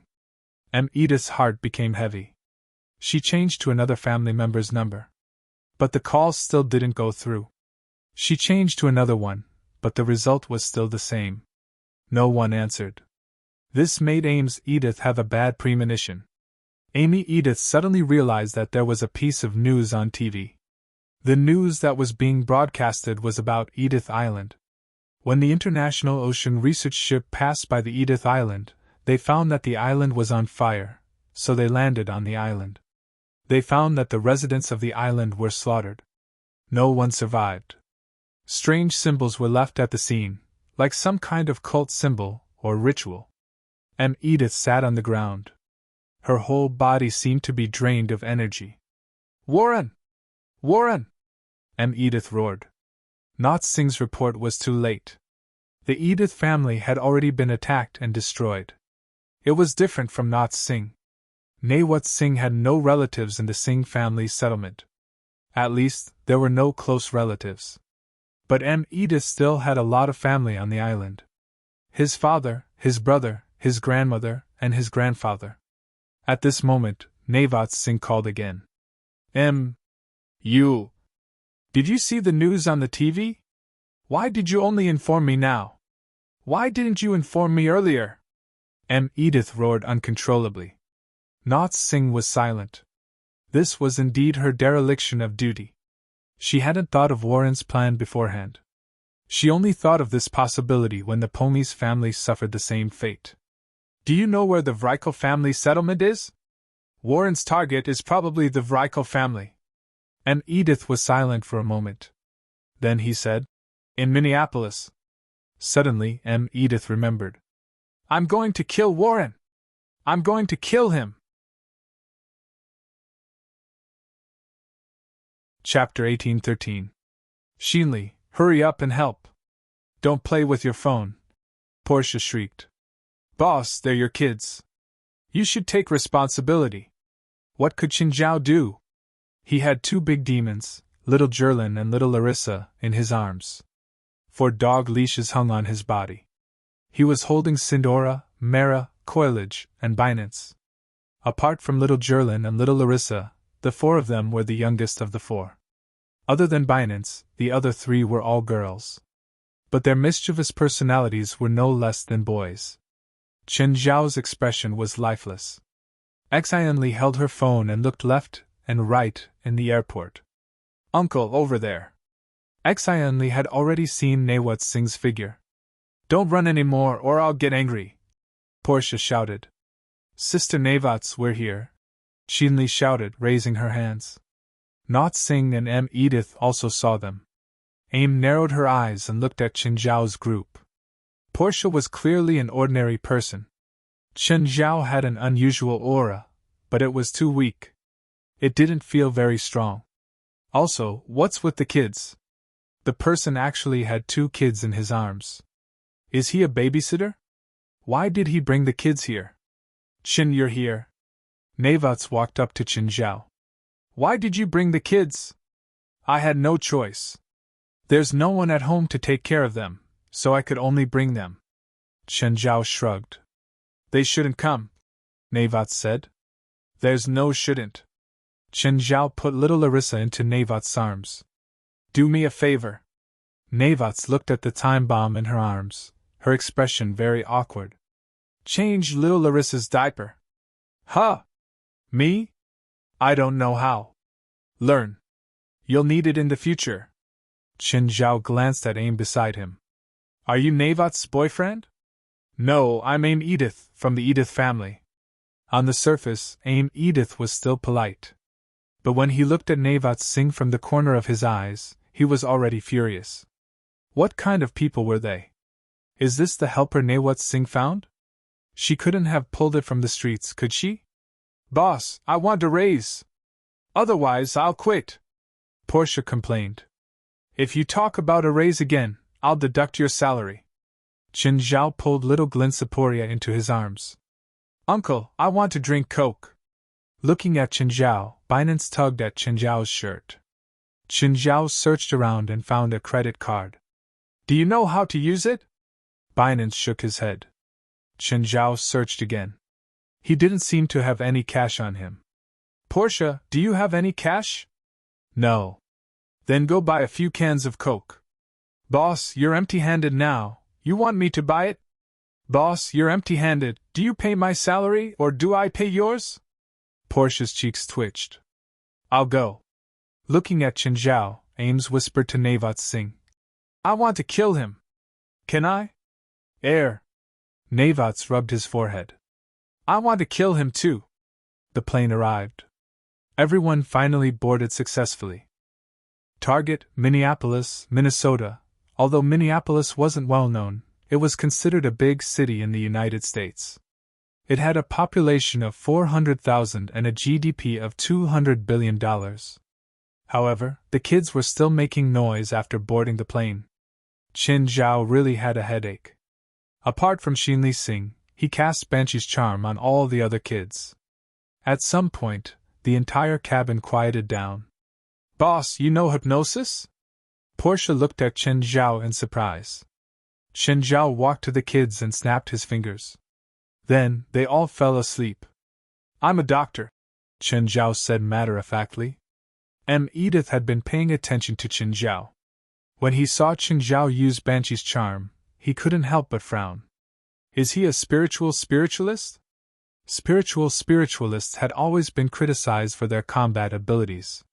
Their spells were quite effective against normal people. But against people with stronger wills, the effect would start to weaken. Against spiritualists, the effect would be even worse.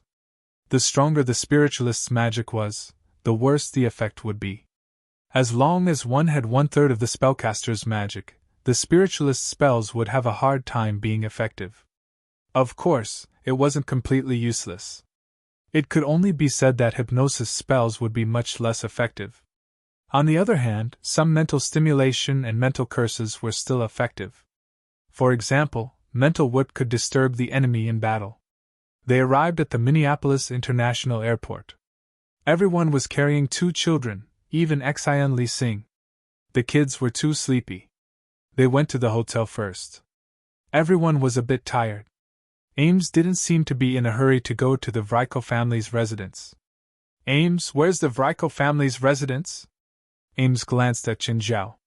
After some hesitation, he said, St. Anthony Waterfall. Aren't we going today? No, we can't today, Ames said. And Ida said, The Vrykle family hid their settlement in the waterfall and cast magic. There are only two ways to find the entrance. One is to open it from the inside, and the other is that the entrance only opens once on the 15th night of every month, and it only opens for an hour. Is there a difference between opening it every day and once a month? Qin Zhao pursed his lips. If it really attracts enemies, they won't be 1 or 2 days late. They sealed the entrance, but that doesn't mean they can't receive information from the outside, Ames said. The Vrykle family's people in the residence must know that Warren is going to harm them, so they'll definitely be prepared. They'll also look for reinforcements. Warren will also return in failure this time. Whatever, Nawat Singh said. Tomorrow is the 15th. In the Vrykle residence, a figure swayed at the exit. Maggie, what are you doing at the exit? Maggie Vrykle turned to look at the person behind her. Geraldine, why are you here? Geraldine Vrykle and Maggie Vrykle stared at each other in silence. Suddenly, Maggie Vrykle raised an eyebrow. You're with him too? /35_. 9 Heavens Divine Emperor.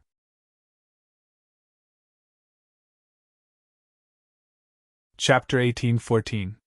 Not long after, Maggie Vrykle and Geraldine Vrykle stood in front of a stone array formed by dozens of stone pillars. Maggie Vrykle glanced at Geraldine Vrykle. I didn't expect you to be Warren's man. You too. I didn't expect it either, Geraldine Vrykle said indifferently. Maggie Vrykle was the daughter of the patriarch, but she betrayed the Vrykle group. Because he can fulfill everyone's wish, Maggie Vrykle said matter-of-factly. What wish did you make to him? Geraldine Vrykle didn't speak. She looked at the stone array and asked, How do I remove the space displacement? You can't remove the space displacement. Otherwise, this place will be directly connected to the outside world and exposed to the public. By then, even Warren won't be able to do anything, Maggie Vrykle said. If you don't remove the space displacement, then what do you do? It's very simple. Move that stone pillar to that position, then move that stone pillar to this side. That's strange. This isn't a Western magic array, right? This is China's feng shui. Guide the wind, Maggie Vrykle said. Orion as the chess piece, Big Dipper as the general, Dragon Mountain, Ziwei as the command. What are you muttering? Don't interrupt me. Do as I say. Move that stone here. This is to change the array so that one can only enter but not leave. Geraldine Vrykle silently followed Maggie Vrykle's instructions. At this moment, a hole appeared at the other end of the stone array. You can come in, Mr. Warren, Maggie Vrykle said with her phone in her hand. From the hole, a few figures appeared. Warren, Zoran, Sean and Bion walked in from outside the hole. Sean looked at the stone array in front of him and said in surprise, It's amazing. There was no such magic array in the past. What system of magic is this? Sir Sean, this is an Eastern magic array. It's a completely different system from Western magic, Warren said. At this moment, Maggie Vrykle and Geraldine Vrykle walked over. Mr. Warren, I've done what I asked. Now it's time to keep my promise, Maggie Vrykle said. Killing your father, that's all? Warren asked. Yes. Sure. Warren nodded. This was not a difficult task, and he had originally intended to do so. Where is it? It's in his hands, too. Geraldine Vick was a little surprised. Maggie Vicker's wish was to kill the chief. He was her father. He didn't understand what kind of grudge the father and daughter had. So much so that Maggie Vick would rather collude with outsiders, even if it meant risking the annihilation of his entire clan. He wanted his father to die. Geraldine, what is your wish? Warren asked. Of course, a trade had to be fair. Warren also had to abide by the rules of the trade.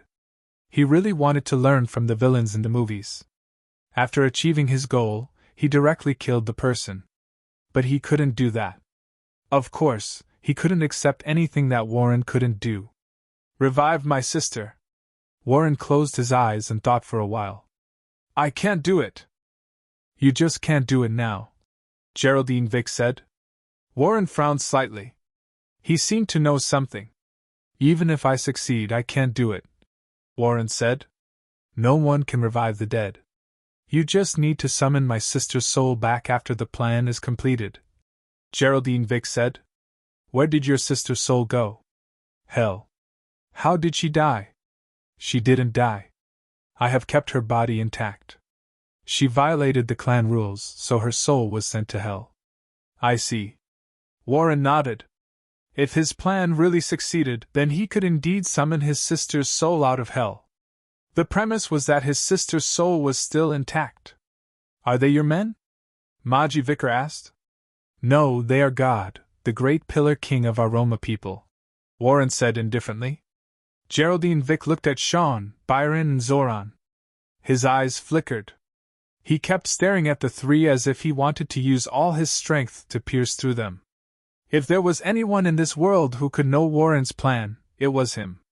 Geraldine Vick even guessed the details of Walloon's plan. Are they the legendary Pillar King? Maji Vika looked at Walloon as if he was a lunatic. Pillar King? Let's not talk about whether the legend was true. Even if the Pillar King really existed, it was more than 2,000 years ago. Maji Vik didn't believe that the legendary Pillar King would really appear. 3 sirs, you can start.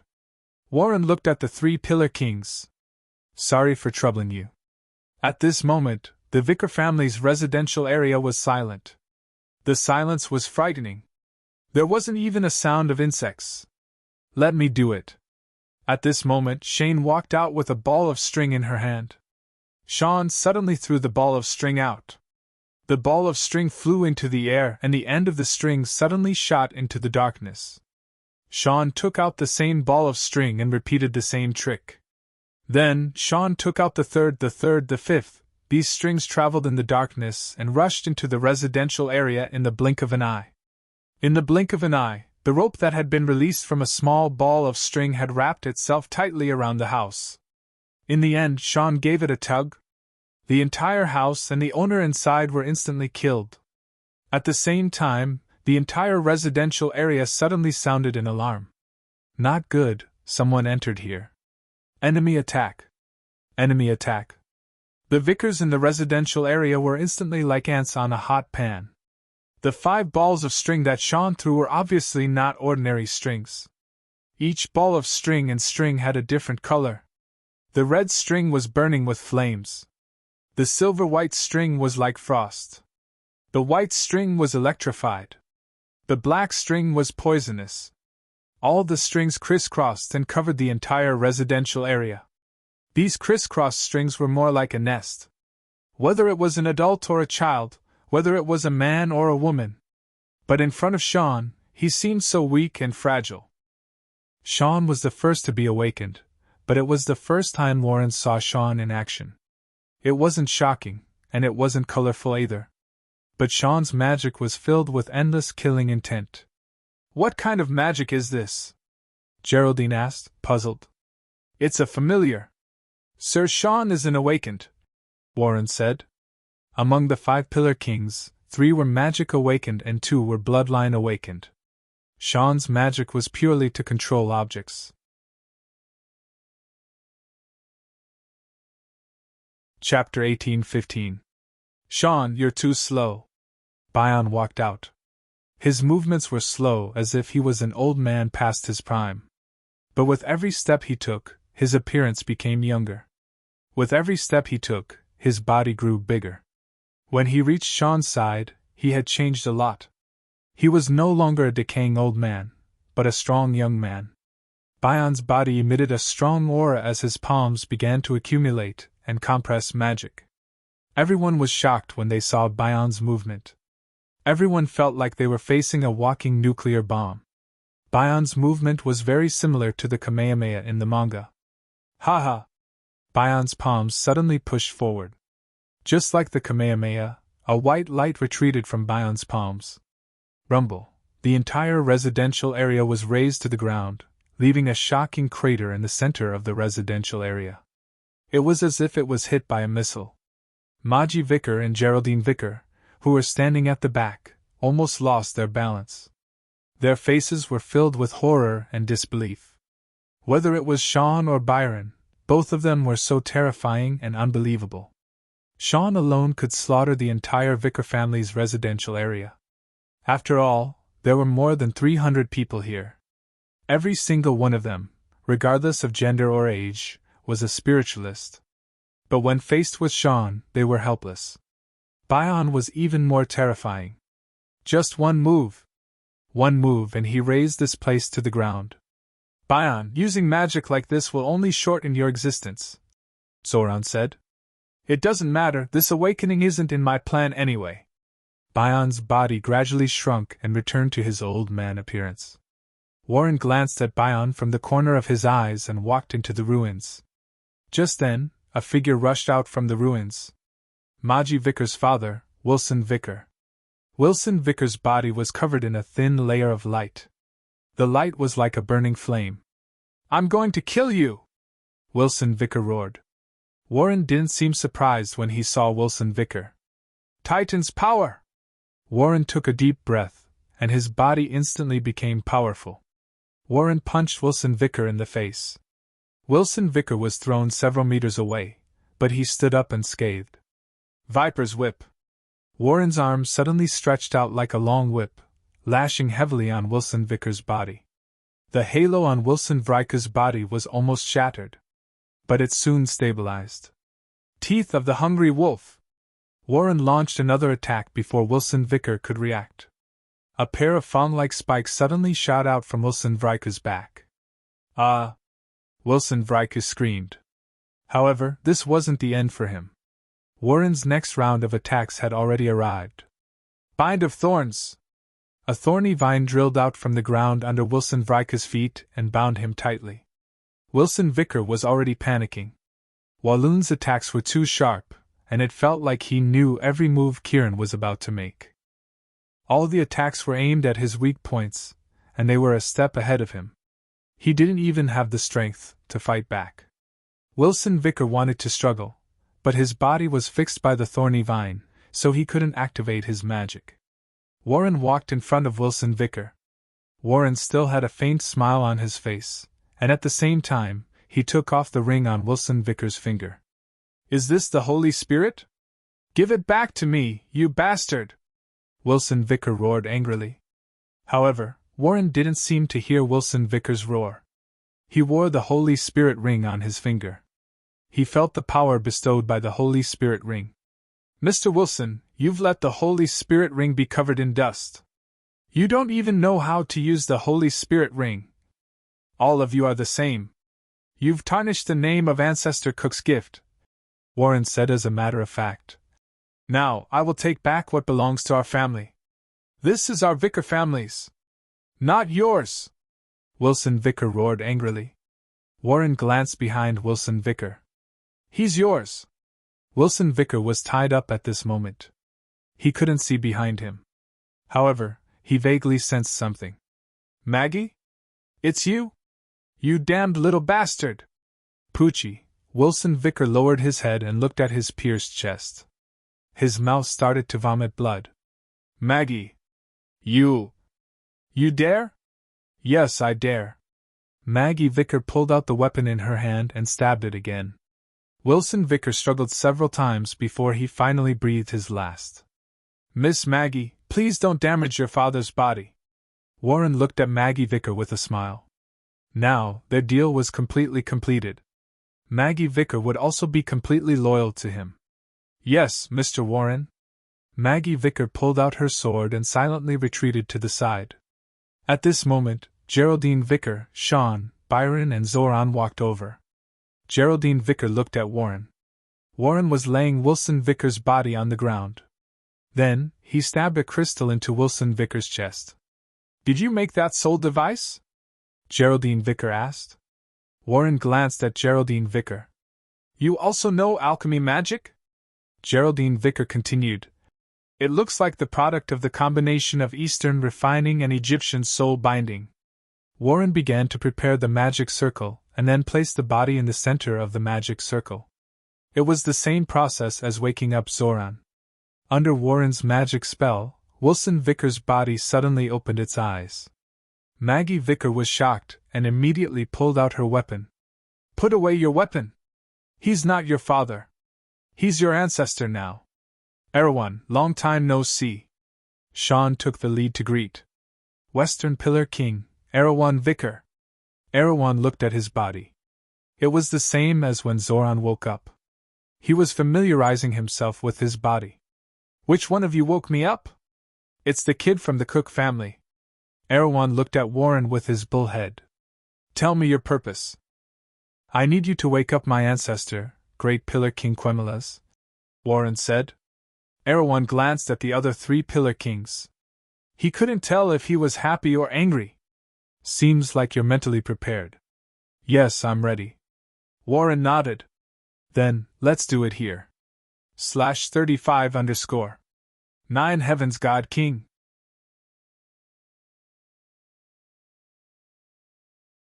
Chapter 1816. Warren wore 5 artifacts: Heal, Fearless, Guidance, Order, and Holy Spirit. These 5 artifacts were an earring, a pendant, a bracelet, a mask, and a ring. Sean, Bion, Zoran, and Erewhon stood in 4 different directions. The magic needed to summon the soul of the Great Pillar King was far beyond what ordinary people could bear. Only when the other 4 Pillar Kings joined forces would they have enough magic to summon the Great Pillar King. The magic of the 4 Pillar Kings was surging. Each of them had a magic that could make people 100 times stronger. "Geraldine, what are they doing?" "Resurrecting our god of creation, Great Pillar King Quemelas," said Geraldine Vrykel. "Resurrection?" Maji Vrykel looked at Geraldine Vrykel in confusion. "Yes, resurrection. But why can he still be resurrected after more than 2,000 years? Is it because the soul of God can't be destroyed?" Maji Vrykel was puzzled. "Let's not talk about whether Quemelas is a god or not. Even if he really is a god, I'm afraid his soul will be destroyed in 2,000 years. Then why, do you know why Quemelas is called the god of creation?" "I don't understand." "Because he really created a world. To be precise, it's a small world, a world that belongs only to him. His plan was perfect, but he overestimated his faith. There were very few souls that were truly qualified to be taken into heaven, causing the heaven he created to be unable to be maintained. Quemelas also died to maintain this heaven. After his death, his soul entered this heaven, but he completely closed the heaven he created, and finally completely sealed his soul in this heaven." Geraldine Vrykel paused and said, "Now they are summoning Quemelas' soul from heaven, and then using Warren's body as the host, temporarily resurrecting Quemelas." "Host? As the host, his soul and consciousness should also be erased, right?" Geraldine Vrykel nodded. "That's right. So the object of my allegiance soon became Camilla's?" He. Geraldine Vrykel smiled and did not answer. "How do you know all this?" Maji Vicker asked in confusion. "These are secrets, and I happen to be the next patriarch successor," said Geraldine Vrykel. Maji Vicker looked at Geraldine Vicker in surprise. As the daughter of the current patriarch, Maji Vicker knew a lot of things. For example, Geraldine Vick's matter. In order to resurrect his sister, Geraldine Vrykel had been studying alchemy and necromancy. There were also many other systems of magic. As long as it could be of use, he would study it. Of course, research and learning were 2 different things. However, this also made Geraldine Vyak the most outstanding and knowledgeable person among the younger generation. Among his peers, no one could stand shoulder to shoulder with him. Many people in the Vrykel family liked to do research, no matter what aspect it was. The Roma once said of the Vrykel family, a family full of evil and order. In order to carry out all kinds of research, the Vrykel family often had no bottom line. Many taboo research was never taboo in their eyes. "Then why did you say it now? Is it still necessary to keep it a secret now?" Geraldine Vrykel smiled. "The Vrykel family has been destroyed. Both of us are now just stray dogs. What about your sister? Her soul? Her soul entered the heaven created by Camilla's. She is a firm believer of Camilla's, Geraldine Vrikel said. So, as long as Camilla's is resurrected, then he naturally has the ability to bring my sister's soul out. No wonder. Maji Vrikel looked at the center of the field. Those 4 people are really the 4 Pillar Kings. Yes, at least their souls are the 4 Pillar Kings. Geraldine Vrikel nodded. Their souls are also in heaven. How did your sister die? Maji Vrikel asked. If you don't want to say, I won't force you. In order to pursue the secret of Camilla's, Geraldine Vrikel said. She is a more fanatical researcher than me. Maji Vrikel could understand this. Most people in the Vrikel family were like this. They would do anything to do research. The reason why Maji Vrikel hated her father. It was because her father had done inhumane, forbidden experiments on her mother. The 4 Pillar Kings emitted shocking magic power. This was just the magic power that was dissipated. The amount of magic they consumed was even more shocking. The amount of magic they released in an instant was almost equivalent to all the magic a normal person could release at once. However, their magic recovery speed was also shocking. Even so, their magic power still couldn't keep up with the speed of consumption. Wow! Little Larissa suddenly burst into tears. Huh! Chen Zhao suddenly opened his eyes. Chen Zhao immediately stood up and comforted little Larissa.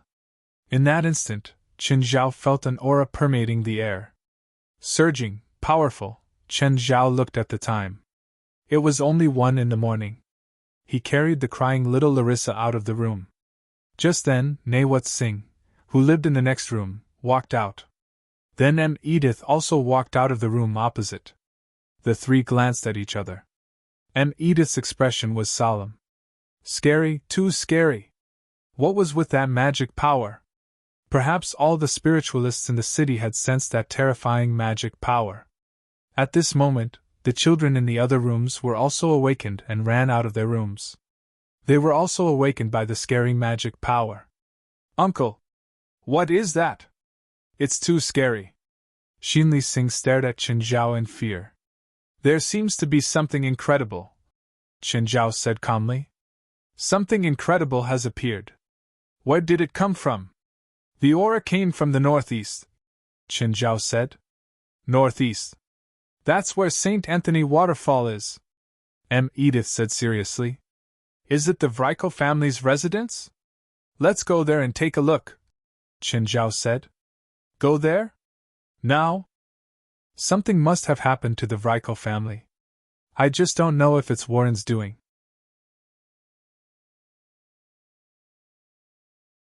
Chapter 1817. Portia opened the door angrily. Boss! Portia's first voice was very loud. However, when she saw little Larissa in Chen Zhao's arms, she immediately lowered her voice. Boss, look at the time. What time is it now? Portia growled at Chen Zhao. Chen Zhao shoved little Larissa into Portia's arms. What? I'll leave little Larissa and Gerlin to you. Boss! Portia glanced outside. Apart from little Gerlin and Larissa, all the kids were awake. Amy, Edith, and Nawat Singh were also standing outside the door. Boss, what are you going to do? Enjoy the scenery, Chen Zhao answered seriously. Late at night? You have so many kids? Is there a problem? Of course there was a problem. Portia stared at Chen Zhao with dead fish eyes. Boss, are you serious? Do I look like I'm joking? I think you're just joking. Okay, take care of little Gerlin and Larissa for me. Boss, I think you're making arrangements for your funeral. Do you still want your salary for this month? Chen Zhao looked at Chen Zhao with a dark expression. Oh, okay. Boss, have a safe journey. Chen Zhao teased little Larissa, who had fallen asleep again. Little Larissa pursed her lips and waved her short hands, hugging Portia's arms. He glared at Portia viciously before turning around and leaving. Portia walked in front with the kids. Edith and Chen Zhao followed behind. Why do you have so many kids? Edith frowned at Chen Zhao. Revenge, Chen Zhao said. Revenge? What can they do? I'll beat their enemies half to death first, and then leave the rest to them. The youngest is only 5 or 6. You want them to kill people? Of course not. I don't want them to kill people. They can't kill people anyway. We don't even know how strong our enemies are. You have so many kids with you. They might be affected. Edith still didn't agree with Chen Zhao's method. In his opinion, bringing kids into battle, no matter what their intentions were, it would increase the risk. No one can hurt my child in front of me, Chen Zhao said indifferently. Suddenly, 3 people appeared at the entrance of the hotel. Chen Zhao recognized one of them. It was Okula Singh, sister of Nawat Singh. But Nartingis knew them, Barbara Rush, Dominguez. When Nawat saw the 3 of them, he immediately became vigilant. Knots, where are you going? Move, Okula. I don't want to fight you now. Nawats looked at the 3 coldly. Chen Zhao walked forward. Okula glanced at Chen Zhao. They had met once when Nawat Singh was hospitalized. Back then, Okula thought that Chen Zhao was a doctor. Knots, do you need me? If you can't do it, Chen Zhao asked. Who do you think you are? Okula stared at Chen Zhao fiercely. Chen, it's okay. Thanks. Nawat's shingles stopped him. She didn't want Chen Zhao to fight her sister. She didn't want that to happen. Otherwise, the consequences would be very serious. Okula Singh looked at her sister. Knots, leave here. Okula looked at her sister seriously. You don't understand what you're facing. I defeated Warren before. I can still do it now. You don't understand. You don't understand at all. You were able to defeat him last time because his plan hadn't started yet. Oculus shook his head and said, Now, his plan has succeeded. What plan does he have? Knots asked. He revived the 4 Pillar Kings, Okula said. And he has the power of the Great Pillar Kings. Knots, give up. You can't defeat Mr. Warren. Barbara was from the same family as them. She also didn't want Knots to take a fearless risk. Give up? Ask these kids. Will they give up? They. Okula, Barbara, and Dominguez suddenly realized that the kids before them were actually the juniors of their family. Since they're here, I can't let you take the risk. You're going to die. I know what I'm doing, Knots said. Knots, you really don't need me to do anything? No, Knots said. You guys go first. I'll deal with the 3. Oh, Chun, I'll lend you something. Okay. Chen Zhao nodded. Then hurry up and follow us. Edith and Chen Zhao sent the children onto a bus. Edith said worriedly as he drove. Can Nawat solve the problem alone? Of course. You should trust her, Chen Zhao said. Huh! She's already back. Thud, Edith suddenly heard something fall from the roof of the car. Just then, Knots jumped down from the top of the bus. Knots? Edith could not understand. He didn't expect Knots to solve the problem so quickly. The 3 men were obviously not weak, but Nawat's shingles came back so quickly. Chen Zhao remembered that Knots was a perception-type witch. Since when was her combat power so strong? You went too easy, Chen Zhao said. Knots couldn't do anything about it. After all, she was her sister. She didn't understand why Okula, Barbara, and Dominguez were willing to be Warren's lackeys. In her eyes, the 3 of them had never been evil, especially her own sister. So, she couldn't go too hard. She didn't even dare to use Jin form. Chen Zhao looked behind him. There was a car following. Knots, you really went too easy. They're following us. Behind him, Okula's face was filled with shock and anger. Drive faster. We have to stop them. We can't let Warren see them. They'll die. Barbara and Dominguez were also worried. After all, the car in front was the last hope of the Singh family. But they knew how terrifying Warren was. Especially Warren now. Even if they weren't beside him, they could still feel his vast magic power. It was a power that made people feel despair. They couldn't even muster the courage to resist. The people in front of them were basically seeking death by going against Warren. They couldn't let them die. Definitely not.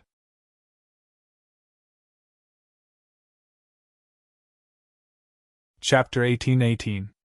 Qin Zhao leaned against the window of the bus and looked at Okula Singh, who had caught up to them. Hey, little girl, you should listen to your sister. If you catch up again, I won't go easy on you. In the back seat of the sports car, Barbara had already activated the Fury Witch's spell. A ball of flames shot toward Qin Zhao. Qin Zhao clapped his hands and the flames exploded in his palm. Barbara stared at Qin Zhao in surprise. Her attack was ineffective. She hadn't used her full strength, but it was still very easy to kill someone. Even if the target was a spiritualist, the power was enough to heavily injure them.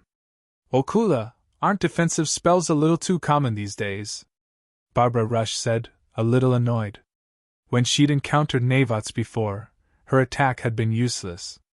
Now, it was useless against a random man. Qin Zhao looked at the three people in the sports car. I think it's better to kill you now. Just then, a hand pressed down on Qin Zhao's raised arm. Navots looked at Qin Zhao. Qin, just let them follow. They can't do anything. Fine. Qin Zhao knew that Navots had softened again. But he could understand.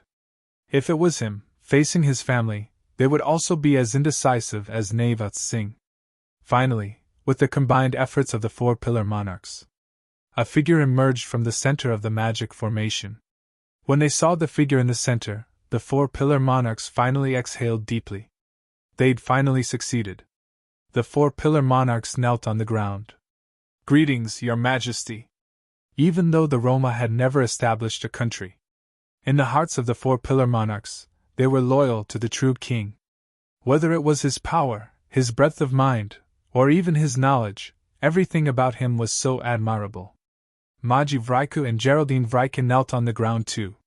They looked at their incorporeal bodies, soul forms. Then Kumaras looked at Walloon standing before him. Kumaras touched his chin, and a smile appeared on his face. I can see your past, your future, your ambition, and your dreams. Although I don't like what you do, I still respect you, Kumaras said. Warren knelt on one knee. Greetings, Your Majesty, Great Pillar King. Although I know your goal, I don't intend to stop you. Do you want my power? I'll give it to you, all of it. Kumaras suddenly slammed his palm towards Walloon. In an instant, a surging power was injected into Walloon's body. It was a power greater than Warren could imagine. The crystal pillar in front of his chest burst out with a strong light, and was almost instantly filled with magic. A wave of energy spread out from Warren's body and continued to spread outwards. Like a shockwave, it spread throughout the entire city. In an instant, the entire city fell into darkness. All the buildings and the lights on the streets had disappeared. It even affected 3 or 4 nearby cities. The impact covered a radius of several hundred kilometers. The pain lasted for several minutes. But to Warren, it felt as long as centuries. However, everything was finally over. Walloon looked at his hands in disbelief. At this moment, Warren felt that the pain just now was nothing. All the hard work was nothing. It was all worth it. He finally got his reward. This power, this godlike power, he couldn't believe it at all. Warren took a deep breath and took off heal, Holy Spirit, order, fearless, and guidance. Geraldine Vickers' eyes glowed. He's Warren now, or Kumaras. Warren, he's Warren. His gaze hasn't changed, Geraldine Vickers said. Why? Shouldn't his body be occupied by Kumaras? Why hasn't his consciousness and soul been erased? He can't possibly resist Great Pillar King's consciousness. Because of the things in his hands, Geraldine Vickers said. Those are the artifacts of the 5 families, right? Maji Vickers asked. Yes, they're all made by the Cook family. Those things, can they prevent Warren from losing control of his body to Kumaras? Fearless, it's immune to all fear and also immune to all mind control. Order, it's an artifact that maintains oneself, undisturbed by outsiders, guidance, and gives the most powerful protection to the soul. Holy Spirit strengthens all attributes of self, Geraldine Vickers said. There's also heal, which doubles the power of the other 4 artifacts. So this is the reason why he took the 4 artifacts. To take Quimera's power but not be controlled by Quimera's. Although Walloon had calculated everything, he didn't expect that even though Quemela's was in soul form, he still couldn't be manipulated by Walloon. But he still succeeded? Quimera's power was taken by him. No, Quimera's gave it to him. He didn't take it. At this moment, the 5 artifacts floated in front of Warren. Warren began to unleash unparalleled power. It was so powerful that it was shocking. Even Walloon himself was astonished. However, such a powerful force did not seem to be able to dry up. Great, this is the power. It's fascinating power. Under Warren's powerful power, the 5 artifacts began to gradually merge. What is he doing? Is he destroying the 5 artifacts? No, on the contrary, he's showing the true face of the artifacts, Geraldine Vickers said. True face? I don't understand. Your father once studied the artifact Holy Spirit in his hand. Geraldine Vickers' eyes lit up. He found that the Holy Spirit is actually incomplete. But the Holy Spirit has never been damaged since it appeared. How could it be damaged? So there's only one possibility. It's not that the master of a certain era destroyed the artifact, but the artifact has always been incomplete since it was created. The original purpose of the Cook family creating the 5 artifacts was to combine them into one. Maybe since 2,000 years ago, the Cook family has been waiting for this opportunity, Maji Vickers said. I really can't believe it. After waiting for 2,000 years for a huge plan to seize the power of a god, this plan has finally been completed in Warren's hands. He has the power of a god, and at the same time, he has a true divine artifact. No one in this world can defeat him. The 5 artifacts turned into a near-perfect golden armor and automatically put it on Warren's body. /35_. 9 Heavens Divine Emperor.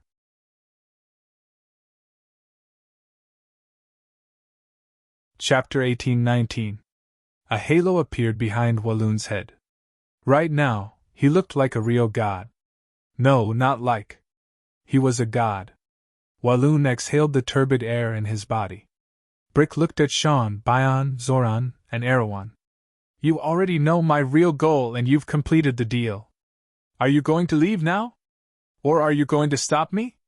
Walloon would not underestimate the 4 Pillar Kings. However, he was not afraid of them either. He was stronger than them. He could clearly feel the difference. Sean had a faint smile on his face. No need. His Majesty Quemera said that we don't need to do anything. We only need to wait to return to heaven. Before that, please control us like His Majesty. Sean's smile was as dazzling as summer flowers. Walloon did not understand that he had Quemera's power. However, he could not understand Quemera's intentions. He did not understand his words either. He also did not understand what the 4 Pillar Kings meant. They already knew that he'd lied to them. However, they seemed to be a bit too generous. They had completely forgotten about the past, and were still willing to be loyal to him. They had power but no cultivation. It was awkward. Just then, a voice came from the back. The people from the Vrykle family must be crazy. Every time they come in and out, it's like they're taking a shower.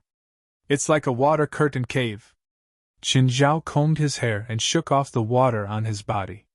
Everyone looked behind them and saw a few people walking out from the entrance of the cave. However, the combination of this group of people was really strange. 3 adults and a group of children. Who are you? Get out of here! Maji Vrykle yelled. Walloon waved his hand and said indifferently, Maji, move! Walloon had already seen Nawat's singer. Clearly, they were here for revenge. Yes, Mr. Walloon. So ugly. Who designed this armor? Qin Zhao looked at the dazzling armor on Walloon. He really felt that it was ugly. Extremely ugly. Walloon's expression started to turn ugly. This was the masterpiece of the Cook family's ancestor. It was also a divine artifact that he was proud of. But now, it was being belittled by a stranger. What made him feel the most ashamed was that, now that everyone's eyes were on him, it made him feel even more ashamed. Warren clenched his fists. He felt like he was going to have a cerebral hemorrhage. But as soon as he got angry, the mana in his body surged like a tsunami. The four Pillar Kings frowned and took a step back. Although they were not as powerful as the current Warren. However, they wouldn't be scared off by Warren's aura. It was just that Warren's strength had exceeded their expectations. Warren's current strength had already surpassed Quimera's. Edith's expression changed drastically. What a terrifying aura. Just the aura alone was enough to make him unable to resist it. Who will kill him? Warren asked indifferently. At this moment, Geraldine Vrykes stepped forward. Mr. Warren, please give me a chance to express my loyalty to you. Warren nodded slightly. Go, don't let me down. Edith also took a step forward, looking like he was ready to die for justice. Geraldine, I didn't expect you to be a traitor. Edith knew Geraldine Vrykes. Geraldine Vrykes smiled disapprovingly. Stop talking. Just do it. If you can't even beat me, you'd better leave. I don't want to kill you. This was the only thing Geraldine Vrykes could do. In your dreams? Edith growled. His body suddenly split into two, 2 into 4, 4 into 8. Oh! Chen Zhao exclaimed. Edith's spell was very similar to the doppelganger. But upon closer inspection, he realized that something was wrong.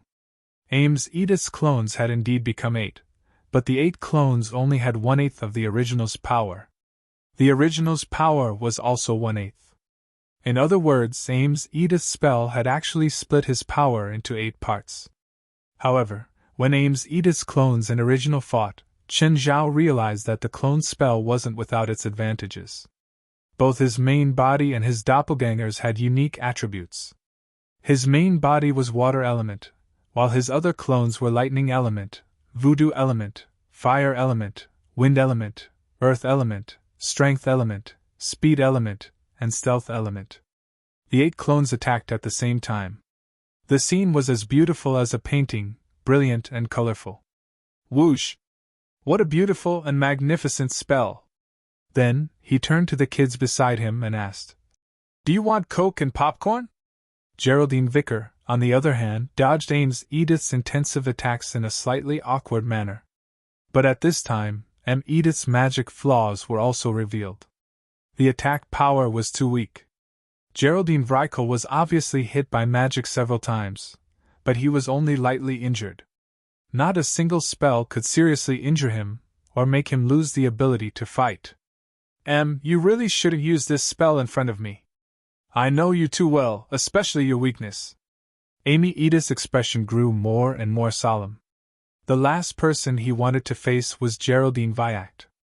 If necromancy was said to be the strangest of all magic systems, then Geraldine Vrykes was the weirdest psychic among all the psychics. Suddenly, one of Edith's clones shrieked and turned into smoke. Edith froze, his face full of astonishment. He had no idea how Chen Zhao did it. How had his clones been destroyed? Then the second, the third, the fourth, at the 7th clone, only Edith's main body was left. Isn't it weird? Geraldine Vrykes looked at her friend with a smile. This is my newly developed spell, Psionic Tentacles. It transforms magic into invisible tentacles. This spell is very similar to Countless Ties, Chen Zhao murmured. Geraldine Vicker seemed to have heard Chen Zhao's words and glanced at him. When she saw Chen Zhao, she almost vomited blood. Chen Zhao was sitting cross-legged on the ground. The kids beside him were the same. Everyone had Coke and popcorn in their hands. Did they come here to watch a movie? Uncle M, go! The kids cheered at the same time. You can't beat him, Chen Zhao called. You better back off. You can't sense his tentacles unless you can open your psionic vision. Psionic vision? Edith could tell that Chen Zhao was reminding him. But he couldn't do it. He looked at Geraldine Vrykes, unwilling to give up. You should listen to him. You can't beat me.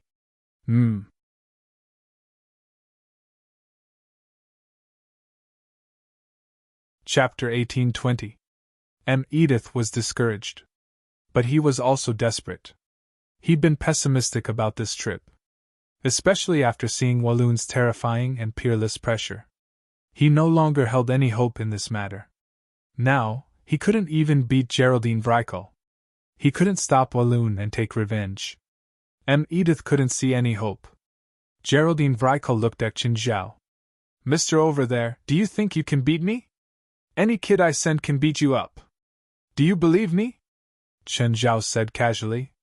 Geraldine Vrykle smiled but didn't say anything. She looked at Qin Zhao calmly.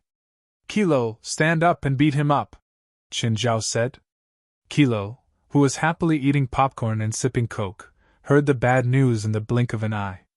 "Uncle, you want me to go?" "Yeah, go. Teach him a lesson for me." Everyone was stunned by Qin Zhao's decision. How could such a young boy defeat Geraldine? "Do you believe me?" Qin Zhao asked seriously.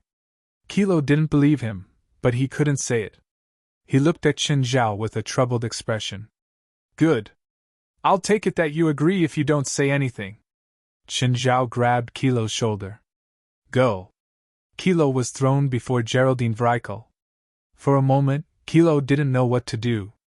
Qin Zhao sat cross-legged and supported his face with one arm. Smiling, he looked at Kilo. In Qin Zhao's small world, spiritual qi was silently seeping into Kilo's body. Others couldn't, but Kilo could. Because Kilo was an enhancer, his body was stronger than normal people. Of course, Qin Zhao didn't drink too much. Edith's face was green. "Mr. Qin, what are you doing? Are you sending your child to die?" Just because you lost doesn't mean others will." Qin Zhao glanced at and then at Kilo. "Kilo, beat him up. Don't give me face." Kilo was helpless. Facing the powerful Geraldine Vrykle, he could only brace himself. "Ha ha!" Kilo raised his arm and hammered at Geraldine Vrykle. There was a smile on Geraldine Vrykle's face. Her psionic tentacles had already wrapped around Kilo's limbs. Kaluo suddenly felt his limbs grow sluggish, but it didn't affect his movements. Crow suddenly exerted his strength and punched Geraldine Vrykle. Geraldine Vrykle's expression changed drastically, and he hurriedly put up a barrier in front of him. Sizzle, Crow's fist slammed into the wall, producing a sharp, ear-piercing sound. Everyone had an uncomfortable expression on their faces. Then he saw the barrier in front of Geraldine Vrykle was falling apart rapidly. "What great power!" Edith and Geraldine Vicker were old acquaintances. He had seen Geraldine Vrykle's magic. He knew that this barrier was so strong that it could even withstand the impact of a truck. But it was shattered by a child.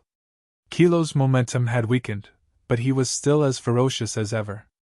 It landed heavily on Geraldine's face. Geraldine Vrykle covered her face and sat on the ground, astonishment written all over her face. Everyone else had the same expression. Astonishment. Including Kilo, they all had the same expression. "So weak?" Tilting his head, Kilo looked at Geraldine Vrykle. This sentence not only embarrassed Geraldine Vicker, but it also embarrassed Edith. After all, he'd been defeated by Geraldine Vrykle. Kilo turned his head to look at Qin Zhao. Clap! Qin Zhao led the applause, and the other children followed. Kilo was instantly filled with energy. "Kilo, be more arrogant," Qin Zhao called. "Come on, you minions!" Kilo made an indecent gesture. "Fuck, don't give me the middle finger!" Qin Zhao immediately shouted. Geraldine Vrykle's face darkened. These people were too arrogant. Saying that, he was about to walk forward, but Geraldine Vrykle stopped him. "You can't beat him," Geraldine Vrykle said. Geraldine Vrykle was also surprised. He didn't feel that Kilo was very powerful. Yet Kilo could ignore his magic. He didn't get any answers from Kilo either. Just then, Bion walked out. "Brat, let me exchange a move with you. As long as you can survive my attack, I will admit defeat." Just like before, Byron became younger with every step he took. At the same time, he also emitted a horrifying pressure. Compared to Geraldine Vrykle, his pressure was 10 times, 100 times stronger. Edith's expression turned solemn. Kilo also took a step back unconsciously. Unlike Wallen, who almost enveloped the area with his aura, Bayon's aura was very directional. When everyone looked at Bayon, it was as if they were looking at a ruin. The children beside Chen Zhao all shut their mouths. They were also shocked by Bayon's power. "Kilo, come back!" Chen Zhao called. Kilo had been strengthened by Chen Zhao, but it was very limited. He definitely couldn't fight an enemy of this level. The enemy before him was definitely in the Shangqing state. He wasn't much weaker than Zhang Tianyi. Just as Chen Zhao was about to stand up, Navats said, "Let me do it." "You!" Chen Zhao frowned at her. "I don't have much time," Navats said. "I don't have much time," Nawat Singh said. Once it was over, she would have no combat ability at all. Once the duration of the mirror image magic was over, she would have no combat strength to speak of. Chen Zhao thought for a moment, nodded, and sat back down. With each step, she also grew a bit larger. Similarly, with every step she took, her figure grew a little larger. Her skin glowed with a golden light. Edith's face was filled with shock. At the moment, Navats seemed to be a different person. That shocking pressure was actually on par with Byron's. Nawat Singh was also taking a gamble. At this moment, Okula Singh, Barbara Rush, and Domingo rushed over. Their arrival didn't attract much attention. They were quietly observing the situation. Everyone's gaze was on Navats Singh. Wallen narrowed his eyes at Navats. She was so powerful. He'd lost to her last time. This woman was Okula's older sister. But where did she get such great power from? She could actually be on par with Bayon, even if it was only temporary. It was still unbelievable. Who was Bayon? He was the Northern Pillar King.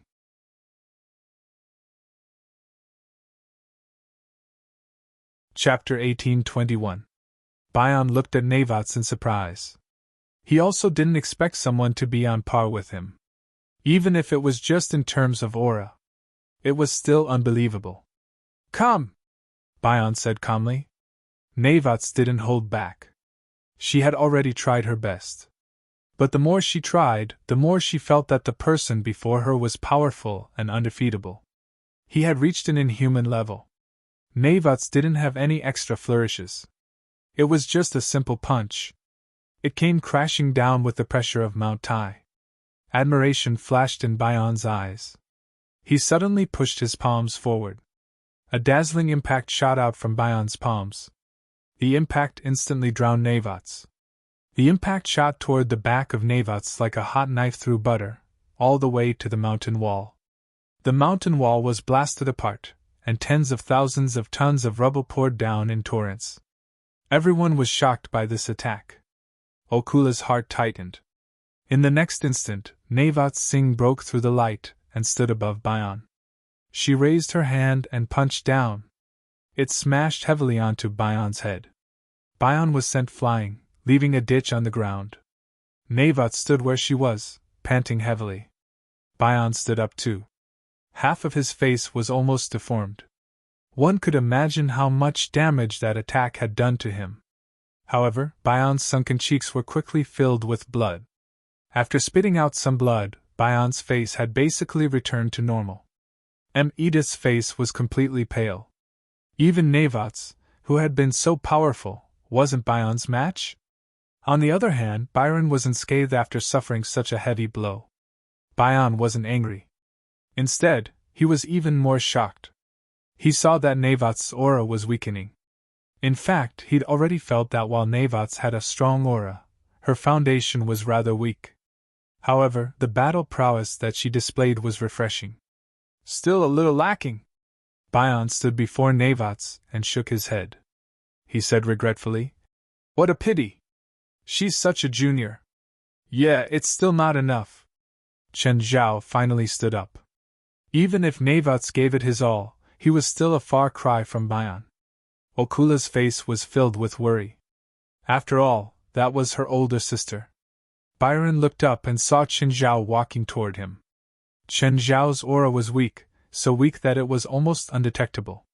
Byron narrowed his eyes at Chen Zhao, who had his hands in his pockets. Byron pointed at Navots and looked at Qin Zhao. Do you want to save her? No need. You can't kill anyone in front of me. Byron sneered. His palm that was pointing at Navots was already shining brightly. How about now? Suddenly, Qin Zhao disappeared before Byron's eyes.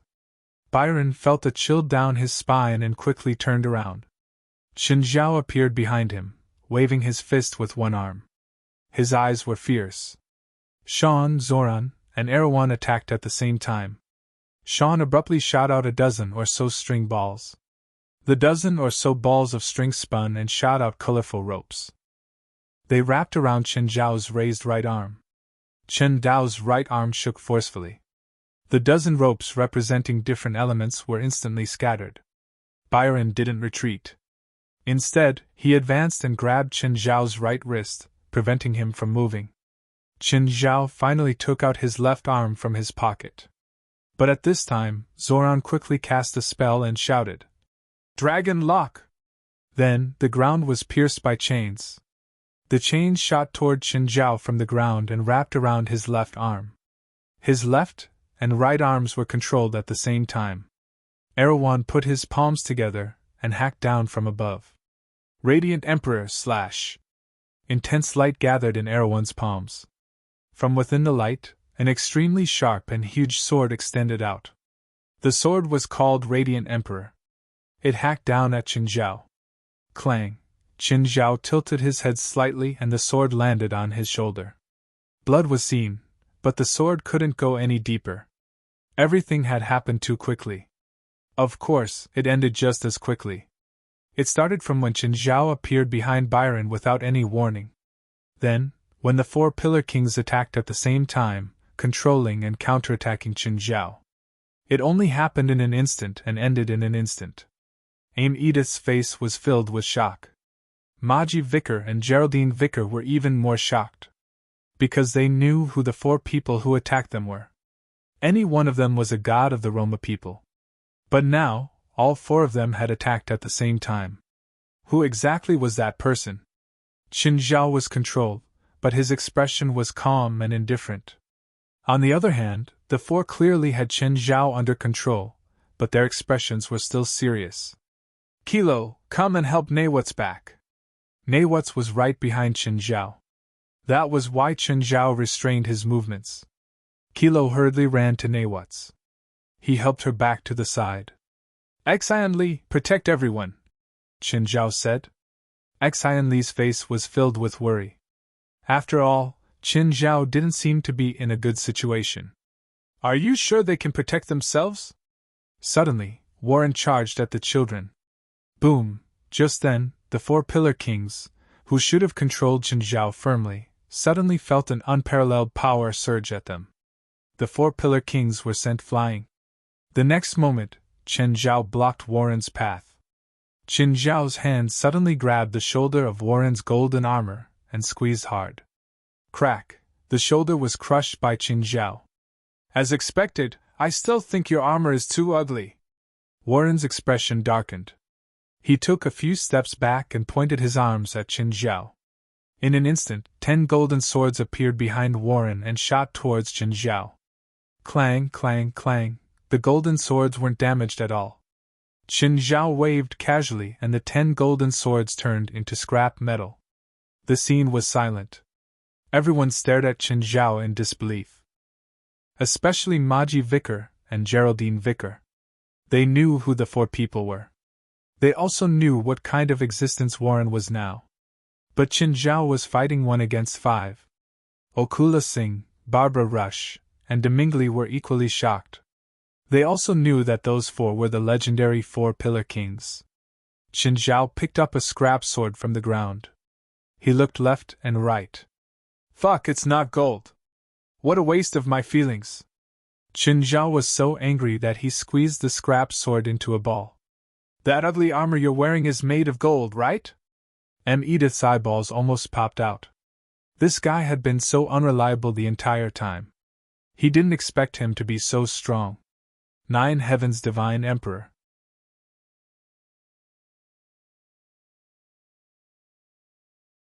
Chapter 1822. The four Pillar Kings glanced at each other. This person was very strong. So strong that it made people's hair stand on end. I can't believe there's a monster like you in this era. Byron looked at Qin Zhao. It was hard to tell if his tone was gratified or regretful. Just then, everyone realized that Byron's body and face had become younger. But his aura had also become stronger, until he was like a baby. His aura was more than 10 times stronger. Sean's hair also grew longer. Her hair was blood red to begin with. Now, it was even burning. Zoran and Erwan's auras also grew rapidly. They hadn't used their full strength before, but now they had to. Warren spread his arms, and hundreds of golden swords appeared behind him. Everyone had thought that Qin Zhao could really fight 1 against 5. But now, they realized that their thoughts had been too excessive. The four Pillar Kings and Warren had already fought to a terrifying degree. But at this moment, it was as if everyone's foundation had been increased tenfold. Could they really fight this battle? Gritting his teeth, Qin Zhao looked at the four Pillar Kings. Are you serious now? Why don't the 4 of you pretend to fight me? That way, everyone can report back. The 4 Pillar Kings stared at Qin Zhao with dark expressions. Who would pretend to fight with you? Forget it, forget it. Looks like you really want to fight. Clone, 10,000 spells return to 1, dark assimilation, strength multiplication, giant spirit transformation. Right now, Qin Zhao had become a 5-meter-tall giant. Qin Zhao took out the black trident.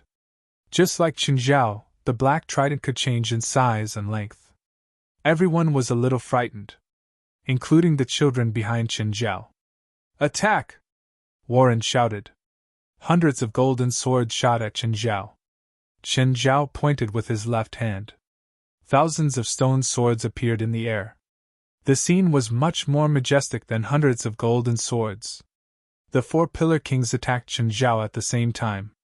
Qin Zhao held the black trident in his right hand and swept it out. Retreat!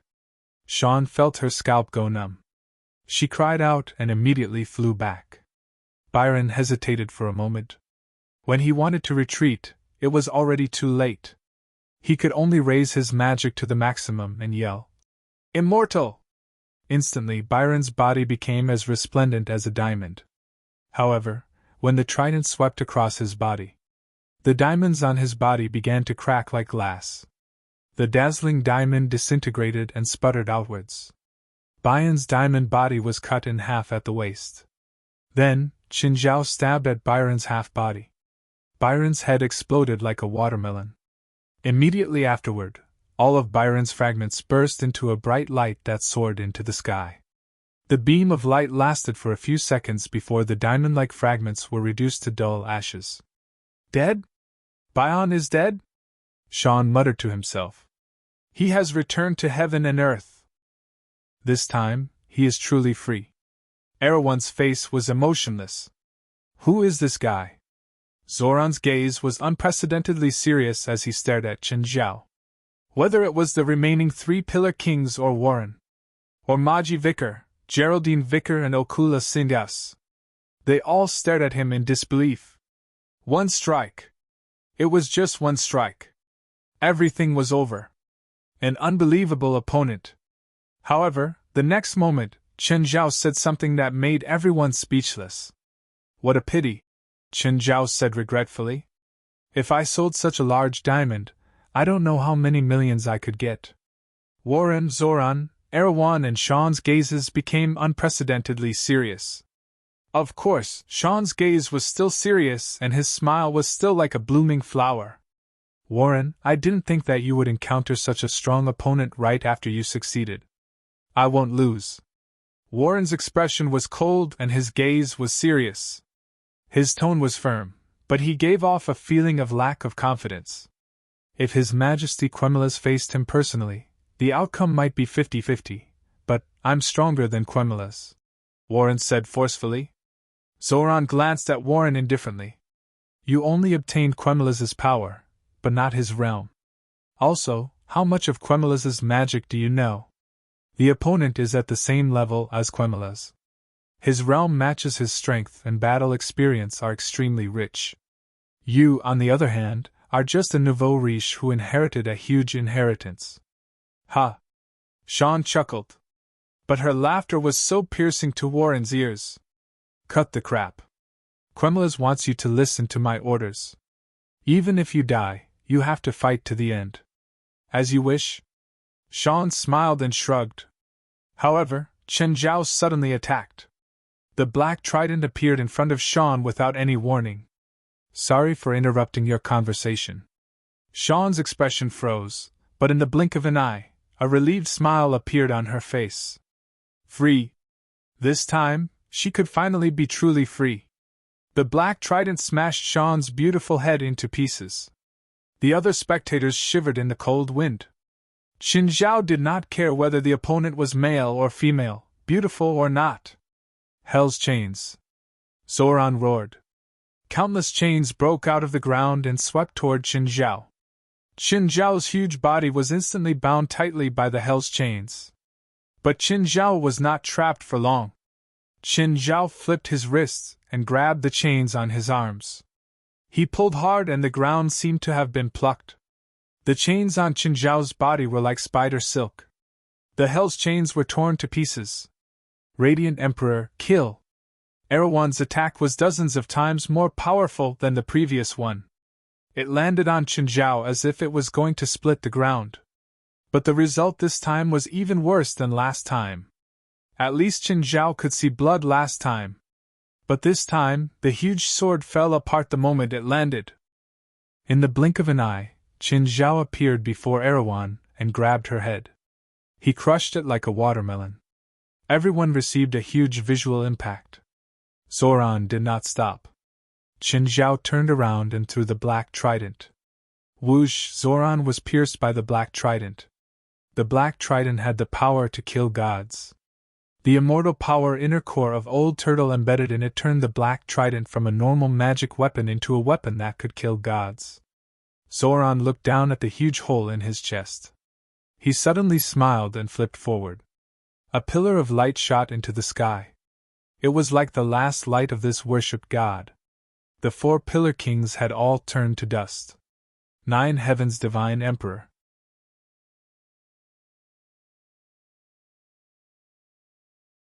Chapter 1823. The black trident was stuck in the ground. Qin Zhao didn't take it back. He turned to look at Warren and grinned.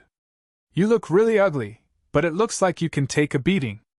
You think you can beat me? Warren was both shocked and angry. He looked at Qin Zhao with some fear in his eyes. But Warren clearly wasn't going to give up. Wayland's body suddenly enlarged. No, it wasn't just enlarging, it was the armor on his body that was enlarging. Bigger and bigger, 10 meters, 20 meters, 30 meters, he didn't stop until he was 200 meters tall. Right now, Warren was like a statue made of gold. However, this golden statue could move. Everyone was dumbfounded as they looked at the golden giant that blotted out the sky. Their astonishment couldn't be described with words. This was beyond their understanding. It was also beyond what they could do. Qin Zhao's body also glowed gold, but it wasn't obvious. Qin Zhao looked up at the 200-meter-tall golden giant. He murmured to himself, "If only this was real gold." Unfortunately, Qin Zhao could only think about it in his head. This giant was probably 100,000 tons, right? Qin Zhao flew up and kicked the golden giant's left thigh. Crack! The golden giant's left thigh deformed from the kick. Everyone's mouths were wide open. Qin Zhao was indeed tall compared to normal people. But compared to a 200-meter-tall golden giant, he was still tiny and insignificant. But it was the difference between an ant and an elephant. The golden giant's thigh was broken by Qin Zhao's kick. The moment the golden giant lost its balance, it reached out to slap Qin Zhao in the air. But the next moment, Qin Zhao grabbed the golden giant's body and threw it over his shoulder. Rumble! Everyone's mouths were wide open. Barbara Rush gulped. She was provoking him just now, right? She must have been blessed by God. She actually didn't get killed. Nawat Singh lay on the ground weakly. But she was also watching the battle. To her, this was the most shocking. Now, she finally understood how big the difference between her and Qin Zhao was. Even though they had the same abilities, there was a fundamental difference between them. This gap couldn't be bridged at all. She had been wondering if she could borrow a fraction of Qin Zhao's power with mirror magic. Would she be able to do that? Only now did she understand. How much was that? 1%? Or 1 in 1,000? Xianli clutched her chest. She tried her best to imagine how powerful Qin Zhao would be after adopting them. But she had never thought that Qin Zhao would display such a shocking side. As for Warren's men, Maji Vrykul and the others, they couldn't describe their astonishment. The 4 Pillar Kings were all dead. They were practically tortured to death by Qin Zhao. Although their battle was shocking, it was not soul-stirring. Warren, who'd inherited Quimiraz's power, was also suppressed. Bang! A huge golden arm flew up. Roar! The golden giant let out a strange cry as Qin Zhao pressed it against the ground. Qin Zhao flew up and then dove down, landing heavily on the golden giant's chest. The golden giant couldn't get up in time and was once again blasted to the ground. The golden giant's chest had already caved in. Bang! Rumble! The golden giant finally lay motionless on the ground. Qin Zhao went up and twisted the golden giant's neck. Then he punched the golden giant's head. The golden giant's head was severely deformed. Qin Zhao punched a few more times, each with endless power. Finally, the metal shell was destroyed beyond recognition. Qin Zhao saw Warren, who was hiding inside. Warren stared at Qin Zhao in shock and anger. "You damn bastard! I haven't lost yet!" Qin Zhao went up and pried open the metal. Warren was completely exposed before Qin Zhao. Warren fought back again. Countless golden swords shot at Qin Zhao. At the same time, he turned to leave. But Qin Zhao dodged and blocked Warren's figure. With a dragon tail whip, Warren was smashed into the ground heavily. "Maji, Geraldine! Do it!" Warren roared. Warren wanted Maji Vrykul and Geraldine Vrykul to attack. Of course, he wasn't targeting Qin Zhao. 100 of them wouldn't be enough for Qin Zhao. Warren wanted the 2 of them to attack the kids. This was to distract Qin Zhao. Maji Vrykul and Geraldine Vrykul glanced at each other. After a slight hesitation, they were about to attack the kids. But just then, a huge figure crawled out of the darkness. It was a completely black beast with wings on its back. There wasn't a single bit of skin on its body. It emitted a dangerous aura and protected the kids behind it. Maji Vrykul and Geraldine Vrykul were helpless. This black beast was most likely related to Qin Zhao. Qin Zhao smashed Warren before the kids with a punch. Warren jumped up and immediately wanted to harm the kids. Just then, Qin Zhao stepped over and pressed him to the ground. Qin Zhao tore off Warren's armor, but the armor was torn off along with his bones and flesh. But after Qin Zhao tossed the armor part away, it flew back and stuck to Warren's body. "I hate these unkillable cockroaches." Qin Zhao waved his hand. The black trident that had been hundreds of meters away flew back into his hand. Qin Zhao stabbed the black trident into Warren's abdomen. "Wah! Ah!" Warren let out a tragic scream. The black trident pierced into his body, causing his powerful recovery ability to lose its effect. Even the holy armor couldn't protect him. This time, Qin Zhao easily took off Warren's helmet. He looked up at Xinli Sing. "Xinli, do you want revenge?" Xinli's chest heaved up and down. Just as she was hesitating, the youngest Sindora walked over to Warren with her short legs. Bam! She spat at Warren's face. "I'm going to kill you, little bee!" Qin Zhao stuffed a mouthful of dirt into Warren's mouth. "Uncle, can I do anything?" Kilo asked. "Yes, anything." Qin Zhao nodded, but then he added, "Don't do dirty things in front of your brothers and sisters." Crow went up and gave Walloon a heavy punch. However, his attack did not do much damage to Warren. Even though Warren's magic, recovery, and the power of the holy artifact were all suppressed. But he was still powerful. "Sindora, Mera, what are you two doing?" "Uncle," Mera said innocently. I'm competing with Sindora to see who can spit more. Qin Zhao rubbed his forehead. Binance, put on your pants. I order you. Put on your pants. 9 Heavens Divine Emperor.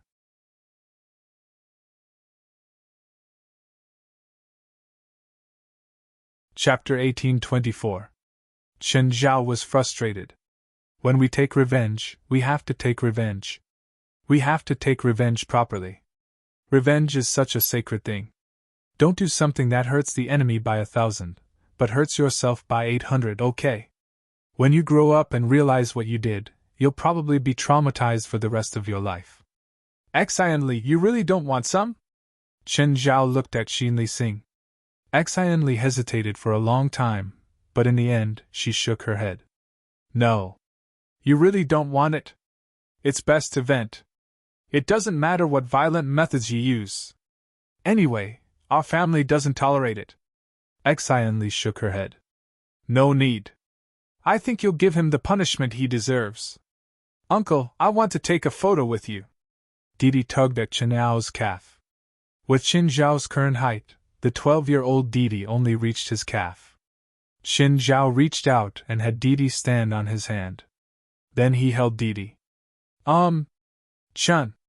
Should we finish this earlier? I really need an ambulance now. Not Sing endured the pain all over her body. Her body was already overloaded from the attack she'd used. If Qin Zhao and the kids kept delaying, she'd have to go to the morgue. Fine. Qin Zhao lifted the black trident. Warren was still strung on the tip. I'll go talk to him about life. Qin Zhao carried Warren and disappeared before everyone. A while later, a pillar of light shot into the sky. After a while, Qin Zhao returned. There were still bloodstains on the black trident.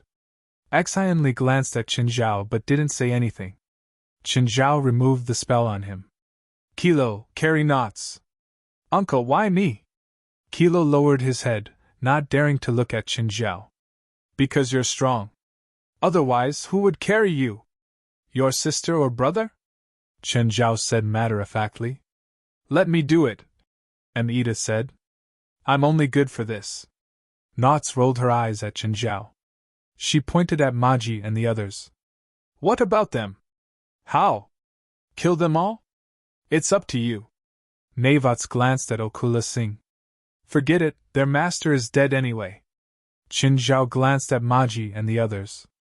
Everyone's expression was unnatural. Among all of them, only Geraldine Vickers didn't have much fear. Or you want me to kill them? Forget it then. They won't be a threat anyway. She glanced at her sister from the corner of her eyes, but her heart was full of complicated emotions. What a pity! I hope he didn't get the password. Everyone was speechless. No wonder when he had killed the 4 Pillar Kings, he had been so ruthless, yet he had not shown any signs of holding back. Killing Warren and avoiding everyone else? Xianli, the lives of everyone on the bus are in your hands. Uncle, I haven't gotten my license yet. I can only take it next year. Xianli didn't know what to do. It's okay. You can practice on all of us. It'll be easier for you to get your driver's license. Chen, I feel like all the bones in my body are broken. Can you send me to the hospital safely? Don't worry, I believe in Xianli. You know she can drive? She steals the steering wheel in the garage every night. I think Xianli has the heart of a racer. Xianli was too ashamed to show her face. She did like sports cars. But she also knew that she couldn't drive without a license. Plus, she had just arrived, so she had to keep a low profile. So, she would secretly touch the steering wheel every day. In the end, Qin Zhao, the unscrupulous parent, exposed her. If you can send Nawats to the hospital and send us back to the hotel safely, I'll buy you a car for your 16th birthday. Xianli's face was filled with surprise and anticipation. The citywide blackout had already been completely restored. Qin Zhao looked at the night view, entering a rare moment of peace. Before Qin Zhao killed Walloon, he'd sensed something in his body. After Quemela's came out of Warren's body. Only then did Qin Zhao understand that it was a connection between the same kind. Quemeles was a man of God in that era. Quemeles had lived for 300 years. Of course, if there were no accidents, he could have lived even longer. They had a short conversation. In any era, someone like Quemeles would be considered a man. Of course, Qin Zhao didn't think of a man as someone who killed and burned everywhere or had the ambition to rule the world. It was a kind of idealistic madness. Of course, Quemeles would kill too. If someone stopped his intentions or thoughts, he would probably kill too. However, in that era, he was an absolute king and an absolute powerhouse. Because of this, he felt lonely. Qin Zhao was pretty much invincible now, but he didn't feel lonely. Perhaps it was because there were too few entertainment programs in that era. If he could watch Victoria's Secret every night, he probably wouldn't be lonely. Of course, Quemeles's idealistic and goal were very pure. He wanted to create a perfect world, but not the real world. A perfect world of death. In the East, the underworld was the example. In the West, it was hell. Both were essentially the same. They were both worlds that the dead went to and lived in. But there were some differences between the two. Gods in the underworld were in charge of management. They were more like employees in a large company. On the other hand, hell was a kingdom ruled by demons. Those demon kings treated the souls from the human world as their private property. In Quemeles's guess, hell and the underworld were more like a complete world. However, regardless of whether it was hell or the netherworld, they were both much larger than the human world. So, in Quemeles's guess, the human world was incomplete. Hell and the underworld were more like mismatched parts. They were only there to ensure the operation of the human world. Quemeles wanted to use this to complete the incomplete parts of the human world. He wanted to create a world of the dead outside of hell, or the underworld. Quemeles used his ability to open up an alternate dimension. Of course, Qin Zhao's alternate dimension was completely different. Quemeles's was larger and more complete. For this, he spent more than 100 years constantly making up for the inadequacies of this alternate dimension. In this aspect, Qin Zhao was far inferior to Quemeles. Of course, Qin Zhao's ambition wasn't here either. Qin Zhao and Quemeles's conversation was more about complementing each other's inadequacies. Qin Zhao was better at fighting. Quemeles's fighting was actually his weakness. But his weakness was only relative to Qin Zhao. After all, he was a god. How weak could he be? 9 Heaven's Divine Emperor.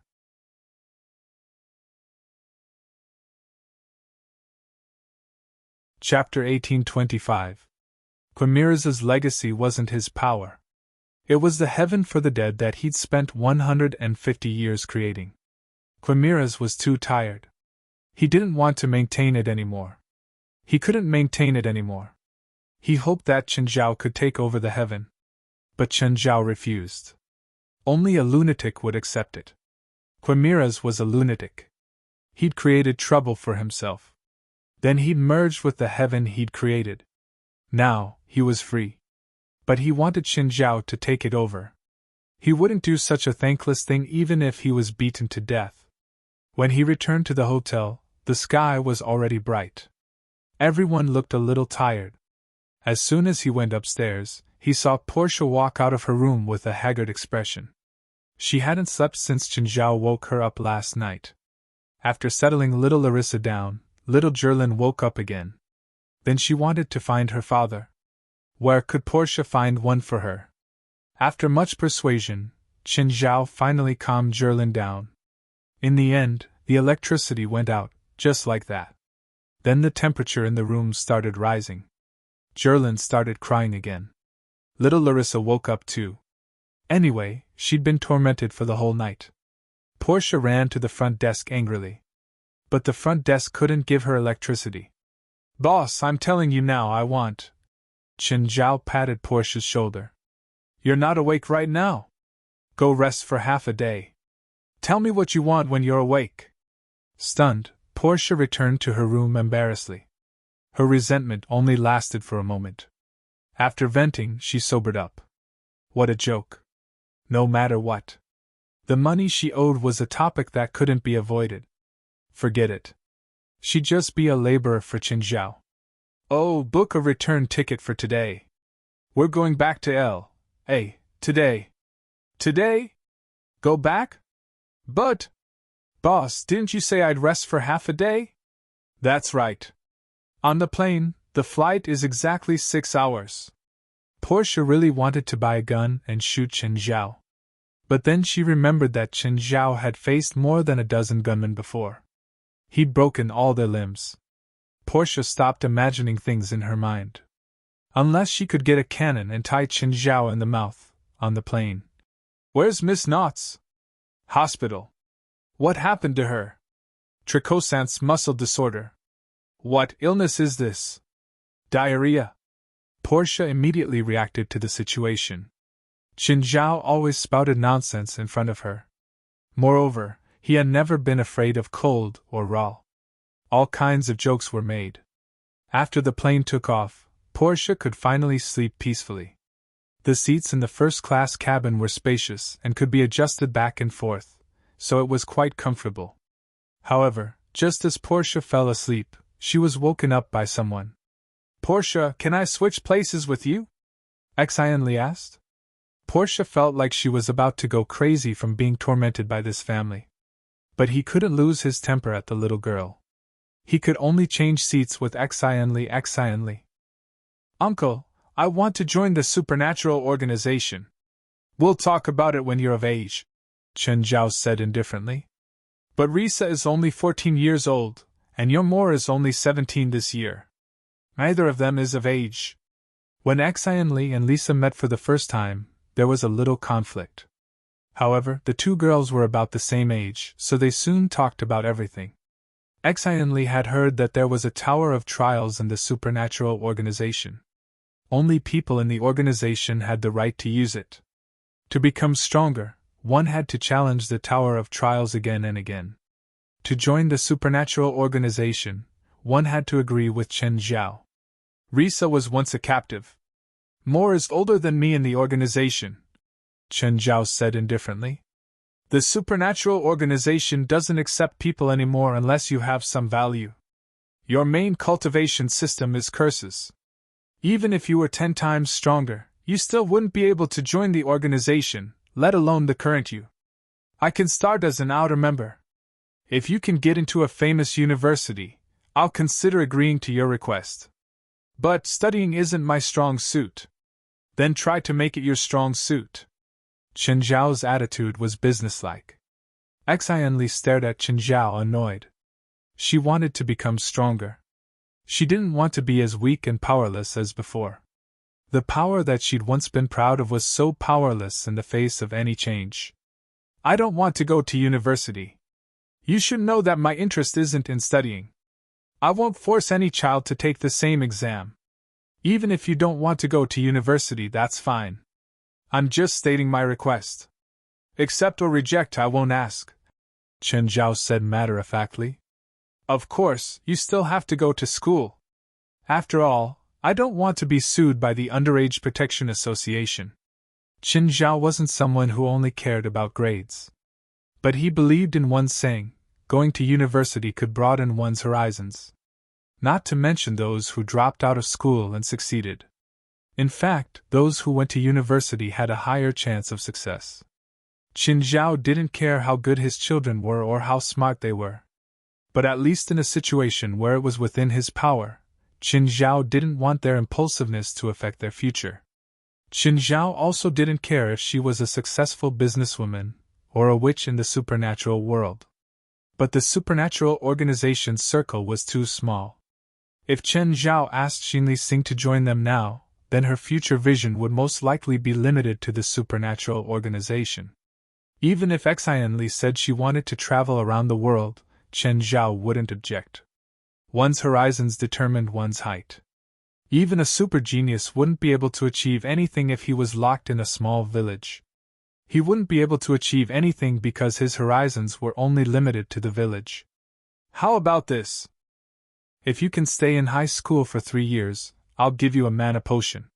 If you get into a university, I'll get a list to find the curse magic book you need. If you get into a famous university, I'll allow you to join the supernatural organization. What do you think of this deal? But my grades are terrible. I can hire a teacher to tutor you. Oh, right. I'll arrange for you to go to school next semester. You still have a lot of free time now. I can hire a tutor for you. Tutor? Xianli shuddered. I don't want a tutor, ever. Portia should be able to do this job. Xinjiao murmured. Portia, who didn't know what was going on, shivered. Why do I suddenly feel cold? Is there something wrong with the cabin's temperature?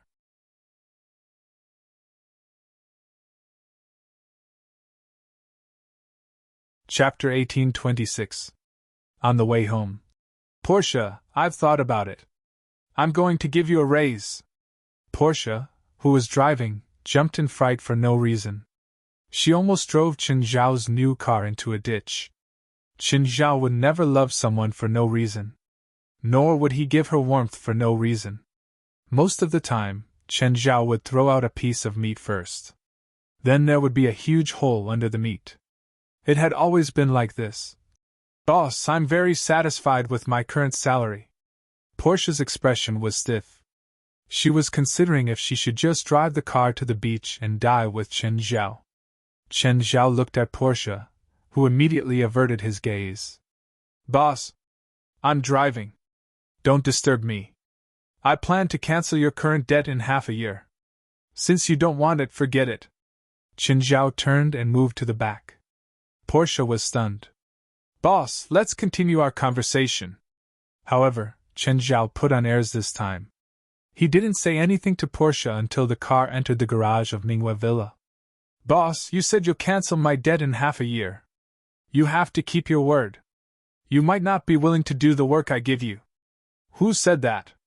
I'm happy to do it. Xinli will start school in February next year. Her grades are a mess right now. I need you to tutor her so she can at least reach the level of her peers. It was indeed a trap. Portia accepted the task with tears in her eyes.